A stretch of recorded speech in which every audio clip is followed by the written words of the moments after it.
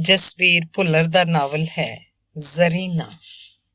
ਇਸ ਨਾਵਲ ਬਾਰੇ ਅਮਰਤਾ ਨੇ ਲਿਖਿਆ ਸੀ, ਵਰਜਿਤ ਰੇਖਾ ਦੇ ਆਰ-ਪਾਰ ਖਲੋਤੀ ਮੁਹੱਬਤ ਦੀ ਕਹਾਣੀ ਜਸਬੀਰ ਨੇ ਪਿੰਡੇ ਉੱਤੇ ਹੰਢਾ ਕੇ ਲਿਖੀ ਲੱਗਦੀ ਹੈ। ਗੱਲਾਂ ਸਿਆਸਤ ਦੇ ਪਾਲੇ ਵਿੱਚ ਠੁਰਕਦੀਆਂ ਹਨ, ਦਿਲਾਂ ਦੀ ਧੁੱਪ ਵਿੱਚ ਪੰਘਰਦੀਆਂ ਹਨ। ਅੰਗ ਪਹਿਲਾ। ਸਰਕਾਰੀ ਕਾਲਜ ਲਾਹੌਰ 100 ਵਰ੍ਹਿਆਂ ਦਾ ਹੋ ਚੁੱਕਿਆ ਸੀ। ਜਸ਼ਨ ਲਈ ਪ੍ਰੋਗਰਾਮ ਉਲੀਕਿਆ ਜਾ ਰਿਹਾ ਸੀ। ਕਾਲਜ ਦੇ ਪੁਰਾਣੇ ਵਿਦਿਆਰਥੀ ਉਸ ਜਸ਼ਨ 'ਚ ਸ਼ਾਮਲ ਹੋਣਗੇ। ਕੁਝ ਜਵਾਨ, ਕੁਝ ਅਧਖੜ, ਕੁਝ ਬੁੱਢੇ ਤੇ ਕੁਝ ਬਹੁਤ ਬੁੱਢੇ, ਪਰ ਜਸ਼ਨ ਦੇ ਦਿਨਾਂ 'ਚ ਉਹ ਆਪਣੀ ਉਮਰ ਮਨਫੀ ਕਰ ਦੇਣਗੇ। ਉਦੋਂ ਆਪਣੇ ਕਾਲਜ ਦੇ ਦਿਨਾਂ ਨੂੰ ਮੁੜ ਜਿਉਂ ਲੈਣਗੇ। ਉਹ ਚੇਤਿਆਂ ਦੀਆਂ ਗਲੀਆਂ 'ਚ ਤੁਰਨਗੇ, ਉਹ ਖੂਬ ਹੱਸਣਗੇ ਤੇ ਫਿਰ ਵਿਦਾ ਦੇ ਪਲਾਂ ਵੇਲੇ ਉਦਾਸ ਹੋ ਜਾਣਗੇ। ਪੁਰਾਣੇ ਵਿਦਿਆਰਥੀਆਂ ਦੇ ਸਿਰਨਾਵੇਂ ਲੱਭੇ ਜਾ ਰਹੇ ਸਨ। ਓਲਡ ਬॉयਜ਼ ਨੂੰ ਦੇਸ਼ ਵਿਦੇਸ਼ 'ਚ ਸੱਦੇ ਭੇਜੇ ਜਾ ਰਹੇ ਸਨ। ਜਸ਼ਨ 'ਚ ਸ਼ਾਮਲ ਹੋਣ ਲਈ ਤੌਕੀਰ ਨੂੰ ਸੱਦਾ ਪੱਤਰ ਮਿਲਿਆ ਤਾਂ ਉਹਨੂੰ ਆਪਣਾ ਯਾਰ ਵਤਨ ਯਾਦ ਆਇਆ। ਤੌਕੀਰ ਲਾਹੌਰ ਦੇ ਰੇਡੀਓ ਸਟੇਸ਼ਨ ਉੱਤੇ ਸਹਾਇਕ ਨਿਰਦੇਸ਼ਕ ਵਜੋਂ ਨੌਕਰੀ ਕਰ ਰਿਹਾ ਸੀ। ਉਸ ਜਸ਼ਨ 'ਚ ਸ਼ਾਮਲ ਹੋਣ ਲਈ ਰੇਡੀਓ ਸਟੇਸ਼ਨ ਦੇ ਡਾਇਰੈਕਟਰ ਸਲੀਮ ਕੁਰੈਸ਼ੀ ਨੂੰ ਵੀ ਸੱਦਾ ਪੱਤਰ ਮਿਲਿਆ ਸੀ। ਉਹ ਵੀ ਗਵਰਨਮੈਂਟ ਕਾਲਜ ਲਾਹੌਰ ਦਾ ਹੀ ਪੁਰਾਣਾ ਵਿਦਿਆਰਥੀ ਸੀ। ਉਹਦੇ ਮਨ 'ਚ ਵਿਚਾਰ ਆਇਆ ਕਿ ਜਸ਼ਨ ਦੇ ਕੁਝ ਪ੍ਰੋਗਰਾਮ ਰੇਡੀਓ ਉੱਤੇ ਵੀ ਪ੍ਰਸਾਰਿਤ ਕੀਤੇ ਜਾਣ। ਉਹਨੇ ਇਸ ਬਾਰੇ ਤੌਕੀਰ ਨਾਲ ਸਲਾਹ ਕੀਤੀ। ਸਲੀਮ ਕੁਰੈਸ਼ੀ ਦਾ ਖਿਆਲ ਤੌਕੀਰ ਦੇ ਵੀ ਮਨ ਭਾ ਗਿਆ। ਮੈਂ ਜੁਬਲੀ ਕਮੇਟੀ ਦੇ ਚੇਅਰਮੈਨ ਨੂੰ ਮਿਲ ਕੇ ਬ੍ਰੌਡਕਾਸਟਿੰਗ ਦੇ ਸਾਰੇ ਪ੍ਰਬੰਧ ਪੂਰੇ ਕਰ ਲੈਣਾ ਵਾਂ, ਉਸ ਆਖਿਆ। ਹਾਂ, ਇਹ ਠੀਕ ਰਹੂ। ਸਲੀਮ ਕੁਰੈਸ਼ੀ ਨੇ ਹਾਮੀ ਭਰੀ। ਕੀ ਜੁਬਲੀ ਕਮੇਟੀ ਕੋਲ ਸਾਰੇ ਪੁਰਾਣੇ ਵਿਦਿਆਰਥੀਆਂ ਦੇ ਸਿਰਨਾਵੇਂ ਹੋਣਗੇ? ਤੌਕੀਰ ਨੇ ਪੁੱਛਿਆ। ਨਹੀਂ, ਇਹ ਤਾਂ ਮੁਮਕਿਨ ਵੀ ਨਹੀਂ। ਕੋਈ ਕਿਤੇ ਤੁਰ ਜਾਂਦਾ ਹੈ, ਕੋਈ ਕਿਤੇ ਹੋਰ। ਫਿਰ ਉਹ ਕਿਸ ਤਰ੍ਹਾਂ ਲੱਭਦੇ ਹੋਣਗੇ ਸਿਰਨਾਵੇਂ? ਕੁਝ ਤੈਥੋਂ ਪੁੱਛ ਕੇ ਤੇ ਕੁਝ ਮੈਥੋਂ ਪੁੱਛ ਕੇ। ਸਲੀਮ ਕੁਰੈਸ਼ੀ ਹੱਸਿਆ। ਫਿਰ ਤਾਂ ਮੈਂ ਤੁਹਾਤੋਂ ਹੀ ਪੁੱਛ ਲਵਾਂ, ਆਪਣੇ ਜਿਗਰੀ ਯਾਰ ਦਾ ਸਿਰਨਾਮਾ। ਤੌਕੀਰ ਵੀ ਹੱਸਿਆ। ਹਾਂ, ਪੁੱਛ। ਵਤਨ ਸਿੰਘ ਸੰਧੂ। 47 ਤੋਂ ਬਾਅਦ ਉਹਦਾ ਕੁਝ ਸੁਰ ਪਤਾ ਨਹੀਂ ਲੱਗਾ। ਪਤਾ ਨਹੀਂ ਹੁਣ ਉਹ ਕਿੱਥੇ ਹੋਊ। ਤੌਕੀਰ ਨੇ ਲੰਮਾ ਸਾਹ ਭਰਿਆ। ਇਸ ਨਾਂ ਨੂੰ ਮੈਂ ਜਾਣਨਾ ਵਾਂ। ਸਲੀਮ ਕੁਰੈਸ਼ੀ ਨੇ ਚੇਤੇ ਨੂੰ ਹੰਗਾਲਿਆ। ਵਤਨ ਸਿੰਘ ਦਾ ਜ਼ਿਕਰ ਸਾਡੇ ਘਰ 'ਚ ਅਕਸਰ ਹੁੰਦਾ ਹੈ। ਉਹ ਮੇਰੀ ਬੇਗਮ ਦਾ ਨਿੱਕੇ ਹੁੰਦਿਆਂ ਦਾ ਸਾਥੀ ਹੈ। ਉਹ ਇਕੱਠੇ ਖੇਡਦੇ ਸਨ, ਲੜਦੇ ਸਨ। ਅੱਬੂ ਤਾਂ ਉਸ ਟੱਬਰ ਦੇ ਸਾਹੀਂ ਜਿਉਂਦੇ ਸਨ। ਹੁਣ ਵੀ ਜਦੋਂ ਕਦੀ ਉਸ ਟੱਬਰ ਦਾ ਜ਼ਿਕਰ ਆਵੇ ਤਾਂ ਅੱਖਾਂ ਭਰ ਲੈਂਦੇ ਨੇ। ਇੰਨਾ ਕੁ ਤਾਂ ਮੈਨੂੰ ਵੀ ਪਤਾ ਹੈ, ਪਰ ਉਹਦਾ ਥਾਂ ਟਿਕਾਣਾ ਕਿੱਥੇ ਹੈ? ਤੂੰ ਪਿੰਡ ਦੇ ਪਤੇ ਉੱਤੇ ਹੀ ਪਹੁੰਚ ਕਿਉਂ ਨਹੀਂ ਕਰਦਾ? ਉਹਦਾ ਕਿਹੜਾ ਕੋਈ ਪਾਕਿਸਤਾਨ ਬਣਿਆ? ਸਰ, ਹਰ ਇੱਕ ਦਾ ਆਪੋ ਆਪਣਾ ਪਾਕਿਸਤਾਨ ਹੁੰਦਾ ਹੈ। ਕੀ ਪਤਾ ਉਹਦਾ ਵੀ ਕੋਈ ਬਣ ਗਿਆ ਹੋਵੇ। ਹੁਣ ਤੱਕ ਤਾਂ ਉਹਦੇ ਪਿੰਡ ਦਾ ਨਾਂ ਵੀ ਮੇਰੇ ਚੇਤਿਆਂ 'ਚੋਂ ਵਿਸਰ ਗਿਆ ਹੈ। ਅੱਬੂ ਨੂੰ ਤਾਂ ਯਾਦ ਹੋਊ। ਮੈਂ ਭਲਕੇ ਹੀ ਤੈਨੂੰ ਵਤਨ ਦਾ ਸਿਰਨਾਵਾ ਲਿਆ ਕੇ ਦੇ ਦਊਂ। Thank you sir, thank you very much. Salim Qureshi ਨੇ ਮਿੱਠਾ ਜਿਹਾ ਝਿੜਕਿਆ। ਜਦੋਂ ਇਸ ਤਰ੍ਹਾਂ ਬੈਠੇ ਹੋਈਏ ਤਾਂ ਵਿੱਚ ਸਰ ਦਾ ਰਫੜ ਕਿਉਂ ਪਾ ਕੇ ਬੈਠ ਜਾਂਦਾ? ਮੈਂ ਤੇਰਾ ਯਾਰ ਵੀ ਹਾਂ ਤੇ ਵਿਚੋਲਾ ਵੀ। ਖਬਰਦਾਰ ਜੇ ਹੁਣ ਸਰ ਆਖਿਆ ਤਾਂ। Yes sir, okay sir. Tauqeer ਨੇ ਬੈਠਿਆਂ ਬੈਠਿਆਂ ਫੌਜੀ ਸਲੂਟ ਦਿੱਤਾ। ਫੇਰ ਸਰ। ਦੋਵੇਂ ਖੁੱਲ੍ਹ ਕੇ ਹੱਸੇ। ਜਦੋਂ ਲਾਹੌਰ ਦਾ radio station All India Radio ਹੁੰਦਾ ਸੀ, ਤੌਕੀਰ ਤੇ ਸਲੀਮ ਕੁਰੈਸ਼ੀ ਦੀ ਦੋਸਤੀ ਦਾ ਮੁੱਢ ਉਦੋਂ ਹੀ ਬੱਝਾ ਸੀ। ਤੇ ਫਿਰ ਜ਼ਰੀਨਾ ਦੀ ਸਹੇਲੀ ਤੌਕੀਰ ਦੀ ਬੀਵੀ ਬਣੀ ਸੀ। ਉਹ ਰਿਸ਼ਤਾ ਸਲੀਮ ਕੁਰੈਸ਼ੀ ਰਾਹੀਂ ਹੀ ਨੇਪਰੇ ਚੜ੍ਹਿਆ ਸੀ। ਉਹਨਾਂ ਦੋਹਾਂ ਦੇ ਸਬੰਧਾਂ ਦੀ ਖੁੱਲ੍ਹ ਡੁੱਲ ਰੇਡੀਓ ਸਟੇਸ਼ਨ ਦੇ ਬਾਕੀ ਅਮਲੇ ਲਈ ਸਾੜੇ ਦਾ ਕਾਰਨ ਬਣਦੀ ਸੀ। ਰੇਡੀਓ ਸਟੇਸ਼ਨ ਦੇ ਮਾਹੌਲ ਨੂੰ ਦੋਸਤਾਨਾ ਰੱਖਣ ਲਈ ਤੌਕੀਰ ਵਿੱਥ ਬਣਾਈ ਰੱਖਦਾ ਸੀ। ਸਲੀਮ ਕੁਰੈਸ਼ੀ ਤਾਂ ਵੈਸੇ ਵੀ ਉਹਦਾ ਸੀਨੀਅਰ ਹੀ ਸੀ। ਅਗਲੇ ਦਿਨ ਤੌਕੀਰ ਨੂੰ ਵਤਨ ਦਾ, ਪਿੰਡ ਦਾ ਸਿਰਨਾਵਾ ਮਿਲ ਗਿਆ। ਪਹਿਲੀ ਫੁਰਸਤ ਵੇਲੇ ਤੌਕੀਰ ਗਵਰਨਮੈਂਟ ਕਾਲਜ ਜਾ ਕੇ ਜਸ਼ਨ ਕਮੇਟੀ ਦੇ ਚੇਅਰਮੈਨ ਨੂੰ ਮਿਲਿਆ। ਰੇਡੀਓ ਦੀਆਂ ਸੇਵਾਵਾਂ ਦੀ ਪੇਸ਼ਕਸ਼ ਚੇਅਰਮੈਨ ਨੇ ਸਿਰਫ ਖਿੜੇ ਮੱਥੇ ਪ੍ਰਵਾਨ ਹੀ ਨਹੀਂ ਕੀਤੀ, ਸਗੋਂ ਤੌਕੀਰ ਦਾ ਸ਼ੁਕਰੀਆ ਵੀ ਅਦਾ ਕੀਤਾ। ਜਨਾਬ, ਮੈਂ ਇੱਕ ਗੱਲ ਹੋਰ ਵੀ ਪੁੱਛਣੀ ਚਾਹੁੰਦਾ। ਹਾਂ, ਨਿਝੱਕ ਪੁੱਛੋ। ਕੀ ਤੁਹਾਡੀ ਫਰਿਸਤ ਵਿੱਚ ਕਿਸੇ ਵਤਨ ਸਿੰਘ ਦਾ ਨਾਂ ਵੀ ਹੈ? ਚੇਅਰਮੈਨ ਨੇ ਕਲਰਕ ਕੋਲੋਂ ਫਾਈਲ ਮੰਗਵਾਈ ਤੇ ਖੋਲ੍ਹ ਕੇ ਪ੍ਰਾਹੁਣਿਆਂ ਦੀ ਫਰਿਸਤ ਪੜ੍ਹਨ ਲੱਗਾ ਤੇ ਫਿਰ ਉਹਨੇ ਫਾਈਲ ਬੰਦ ਕਰਤੀ। ਇਹ ਨਾਂ ਤਾਂ ਲਿਸਟ 'ਚ ਨਹੀਂ। ਕਿ ਹੁਣ ਉਹਨੂੰ ਸੱਦਾ ਭੇਜਿਆ ਜਾ ਸਕਦਾ? ਸ਼ਾਇਦ ਨਹੀਂ। ਸਾਰੀਆਂ ਚਿੱਠੀਆਂ ਭੇਜੀਆਂ ਜਾ ਚੁੱਕੀਆਂ ਨੇ। ਹੁਣ ਤਾਂ ਅਸੀਂ ਦੂਜਿਆਂ ਪ੍ਰਬੰਧਾਂ 'ਚ ਲੱਗੇ ਹੋਏ ਹਾਂ। ਜੇ ਇੱਕ ਆਖਰੀ ਸੱਦਾ ਹੋਰ ਭੇਜਿਆ ਜਾ ਸਕਦਾ ਹੋਵੇ ਤਾਂ ਇਹ ਮੇਰੇ ਉੱਤੇ ਅਹਿਸਾਨ ਹੋਊ। ਇਹ ਸਭ ਕੋਈ ਵਿਸ਼ੇਸ਼ ਲੱਗਦੇ ਨੇ। ਚੇਅਰਮੈਨ ਮੁਸਕਰਾਇਆ। ਹਾਂ, ਮੇਰੇ ਲਈ ਤਾਂ ਬਹੁਤ ਖਾਸ, ਪਰ ਉਸ ਜ਼ਮਾਨੇ ਵਿੱਚ ਉਹ ਕਾਲਜ ਲਈ ਵੀ ਬਹੁਤ ਖਾਸ ਸੀ। ਉਹ ਨਜ਼ਮਾਂ ਲਿਖਦਾ ਸੀ। ਉਹ ਸਵੇਰਾ ਦਾ ਸੰਪਾਦਕ ਵੀ ਸੀ। ਉਹਦੇ ਟੈਲੈਂਟ ਕਰਕੇ ਹੀ ਪ੍ਰੋਫੈਸਰ ਅਜ਼ੀਜ਼ ਅਹਿਮਦ ਉਹਨੂੰ ਬਹੁਤ ਪਿਆਰ ਕਰਦੇ ਸਨ। ਤੌਕੀਰ ਨੇ ਉਸ ਵੇਲੇ ਨੂੰ ਅੱਖਾਂ ਸਾਹਮਣੇ ਬਿਠਾ ਕੇ ਆਖਿਆ, ਪਲੀਜ਼ ਤੁਸੀਂ ਵਤਨ ਸਿੰਘ ਸੰਧੂ ਨੂੰ ਜ਼ਰੂਰ ਬੁਲਾਓ। ਮੇਰਾ ਯਕੀਨ ਹੈ ਲਾਹੌਰ ਨੂੰ ਯਾਦ ਵੀ ਕਰਦਾ ਹੋਊ। ਇਸ ਬਹਾਨੇ ਉਹ ਆਪਣੀ ਮੁਹੱਬਤ ਦਾ ਸ਼ਹਿਰ ਵੀ ਵੇਖ ਲਊ। ਮੈਂ ਵੀ ਉਹਨੂੰ ਮਿਲ ਲਊਂ। ਚੇਅਰਮੈਨ ਹੱਸਿਆ। ਤਾਂ ਜਨਾਬ ਵਤਨ ਸਾਹਿਬ ਦਾਇਮੀ ਆਸ਼ਿਕ ਨੇ, ਫਿਰ ਤਾਂ ਉਹਨਾਂ ਨੂੰ ਜ਼ਰੂਰ ਬੁਲਾਉਣਾ ਪਊ। ਆਪਣੇ ਯਾਰ ਲਈ ਸੱਦਾ ਪੱਤਰ ਯਕੀਨੀ ਬਣਾ ਕੇ ਤੌਕੀਰ ਉੱਥੋਂ ਤੁਰ ਆਇਆ। ਅੰਗ 2। ਪਿੰਡ ਦੀ ਜੂਹ 'ਚ ਪੈਰ ਧਰਦਿਆਂ ਪ੍ਰੋਫੈਸਰ ਵਤਨ ਨੇ ਹਮੇਸ਼ਾ ਵਾਂਗ ਠੱਠੀ ਜੈਮਲ ਸਿੰਘ ਉੱਤੇ ਭਰਵੀਂ ਨਜ਼ਰ ਸੁੱਟੀ। ਮੁਲਕ ਦੀ ਤਕਸੀਮ ਹੋਈ ਨੂੰ ਕਈ ਵਰ੍ਹੇ ਹੋ ਗਏ ਸਨ, ਪਰ ਪਿੰਡ ਦੇ ਚਿਹਰੇ ਮੂਹਰੇ 'ਚ ਕੋਈ ਉਚੇਚਾ ਫਰਕ ਵਿਖਾਈ ਨਹੀਂ ਸੀ ਦਿੰਦਾ। ਉਹਦਾ ਪਿੰਡ ਵੀ ਅਨੇਕਾਂ ਪਿੰਡਾਂ ਵਰਗਾ ਇੱਕ ਪਿੰਡ ਸੀ। ਇੱਕ ਛੱਪੜ, ਇੱਕ ਸੱਥ, ਜੱਟ ਬ੍ਰਾਹਮਣ ਖੇਡਣ ਲਈ ਇੱਕ ਬੋੜ, ਪਰ ਇਹੀ ਤਾਂ ਕੁੱਲ ਜੋੜ ਨਹੀਂ ਸੀ ਉਸ ਪਿੰਡ ਦਾ। ਉੱਥੇ ਚੇਤਿਆਂ ਦੇ ਨਿਸ਼ਾਨ ਸਨ, ਪੁਰਾਣੀਆਂ ਯਾਦਾਂ ਦੇ ਬਲਦੇ ਹੋਏ ਦੀਵੇ ਸਨ, ਪਰ ਕਿਣਮਿਣ ਤੋਂ ਪਿੱਛੋਂ ਪਿਆਰ ਪੌਦਿਆਂ ਵਾਂਗ ਪੁੰਗਰ ਆਉਂਦਾ ਸੀ। ਰਾਹ ਉਹੀ ਪੁਰਾਣੇ ਸਨ, ਪਰ ਉਸ ਰਾਹ ਉੱਤੇ ਤੁਰਦੇ ਰਾਹੀ ਹੋਰ ਹੋ ਜਾਂਦੇ ਸਨ। ਉਹ ਵੀ ਵੇਲਾ ਸੀ ਜਦੋਂ ਵਤਨ ਕੋਲ ਰਾਹ ਸੀ ਤੇ ਉਸ ਰਾਹ ਉੱਤੇ ਉਹਦਾ ਹੱਥ ਫੜ ਕੇ ਜ਼ਰੀਨਾ ਤੁਰ ਰਹੀ ਸੀ। ਹੁਣ ਉਹ ਦੋਵੇਂ ਹੀ ਉੱਥੇ ਨਹੀਂ ਸਨ, ਪਰ ਰਾਹ ਫੇਰ ਵੀ ਸੀ। ਪਿੰਡ ਉਹਦੇ ਅੰਦਰ ਧੂਹ ਪਾਉਂਦਾ ਸੀ। ਪਿੰਡ ਪਹੁੰਚਦਿਆਂ ਹੀ ਉਹਦੇ ਅੰਦਰ ਕੁਝ ਮੋਇਆ ਹੋਇਆ ਜਿਉਂ ਪੈਂਦਾ ਸੀ, ਕੁਝ ਜਿਉਂਦਾ ਹੋਇਆ ਧੜਕ ਪੈਂਦਾ ਸੀ। ਸੱਥ ਵਾਲੇ ਬੋੜ ਲਾਗੋਂ ਲੰਘਦਿਆਂ ਵਤਨ ਵਰ੍ਹਿਆਂ ਪਿੱਛੇ ਜਾ ਪਿਆ। ਬੋੜ ਬਹੁਤ ਖਿਲਾਰੇ ਵਿੱਚ ਸੀ, ਕੁਝ ਬੁੱਢਾ ਹੋ ਗਿਆ ਲੱਗਦਾ ਸੀ। ਬੋੜ ਹੇਠਾਂ ਦੋ ਗੱਡੇ ਉਂਝੇ ਖੜੇ ਸਨ, ਜਿਵੇਂ ਉਹ ਬਚਪਨ 'ਚ ਵੇਖਦਾ ਹੁੰਦਾ ਸੀ। ਰਾਹ ਵਾਲੇ ਪਾਸੇ ਤਖਤਪੋਸ਼ ਉਂਝੇ ਪਿਆ ਸੀ, ਪਰ ਕੁਝ ਉਖੜਿਆ ਲੱਗਦਾ ਸੀ। ਸਮੇਂ ਦੀ ਮਾਰ ਹੇਠ ਉਹਦੀ ਜਵਾਨੀ ਢਲ ਚੁੱਕੀ ਸੀ। ਉਸ ਤਖਤਪੋਸ਼ ਉੱਤੇ ਪਿੰਡ ਦੇ ਮੋਹਤਬਰ ਬੈਠਦੇ ਸਨ ਤੇ ਜਾਂ ਫਿਰ ਵਿਹਲੜ। ਉਸੇ ਤਖਤਪੋਸ਼ ਉੱਤੋਂ ਖਬਰਾਂ ਤੇ ਅਫਵਾਹਾਂ ਪਿੰਡ ਵੱਲ ਤੁਰਦੀਆਂ ਸਨ। ਉਸੇ ਤਖਤਪੋਸ਼ ਉੱਤੇ ਸੁਰੈਣੇ ਦਾ ਬਾਪੂ ਆਪਣੇ ਸਾਥੀ ਬਜ਼ੁਰਗਾਂ ਨਾਲ ਬੈਠ ਕੇ ਵਰਤਮਾਨ ਉੱਤੇ ਝੂਰਦਾ ਹੁੰਦਾ ਸੀ। ਉਸੇ ਤਖਤਪੋਸ਼ ਉੱਤੇ ਉਸ ਵੇਲੇ ਸੁਰੈਣ ਸਿੰਘ ਬੈਠਾ ਕਿਸੇ ਨਾਲ ਗੱਲੀਂ ਜੁੱਟਾ ਹੋਇਆ ਸੀ। ਸੁਰੈਣ ਸਿੰਘ ਦੀ ਦਾੜੀ 'ਚ ਇੱਕੇ ਦੁੱਕੇ ਚਿੱਟੇ ਵਾਲ ਦਿਸ ਰਹੇ ਸਨ। ਵਕਤ ਦੇ ਨਿਸ਼ਾਨ ਉਹਦੇ ਚਿਹਰੇ ਉੱਤੇ ਵੀ ਸਨ। ਕੁਝ ਹੋਰ ਵਰ੍ਹਿਆਂ ਪਿੱਛੋਂ ਜਦੋਂ ਪਿੰਡ ਆਏਗਾ ਤਾਂ ਦੁੱਧ ਚਿੱਟੀ ਦਾੜੀ ਨਾਲ ਸੁਰੈਣ ਸਿੰਘ ਉਹਨੂੰ ਤਖਤਪੋਸ਼ ਉੱਤੇ ਹੀ ਬੈਠਾ ਮਿਲੇਗਾ, ਤੇ ਕੁਝ ਹੋਰ ਵਰ੍ਹੇ ਬਾਅਦ ਉਦੋਂ ਸੁਰੈਣ ਸਿੰਘ ਦੀ ਥਾਂ ਪਰਾਂ ਖੇਡਦੇ ਨਿਆਣਿਆਂ 'ਚੋਂ ਕੋਈ ਹੋਰ ਮੱਲ ਲਏਗਾ। ਉਦੋਂ ਤਾਂ ਪ੍ਰੋਫੈਸਰ ਵਤਨ ਸਿੰਘ ਵੀ ਪਿੰਡ ਆਉਣ ਲਈ ਜਿਉਂਦਾ ਨਹੀਂ ਰਹੇਗਾ। ਸੁਰੈਣ ਸਿੰਘ ਉਹਨੂੰ ਵੇਖਣ ਸਾਰ ਹੀ ਸੁਰੈਣਾ ਹੋ ਗਿਆ। ਆਖਰ ਉਹ ਪੁਰਾਣੇ ਬੇਲੀ ਸਨ, ਸਕੂਲ 'ਚ ਇਕੱਠੇ ਪੜ੍ਹਦੇ ਸਨ। ਉਹ ਵਤਨ ਨੂੰ ਧਾਹ ਕੇ ਮਿਲਿਆ। ਯਾਰ, ਇਸ ਵਾਰ ਤਾਂ ਤੂੰ ਮੁੱਦਤ ਬਾਅਦ ਆਇਆ। ਬਸ ਆਇਆ ਹੀ ਨਹੀਂ ਗਿਆ।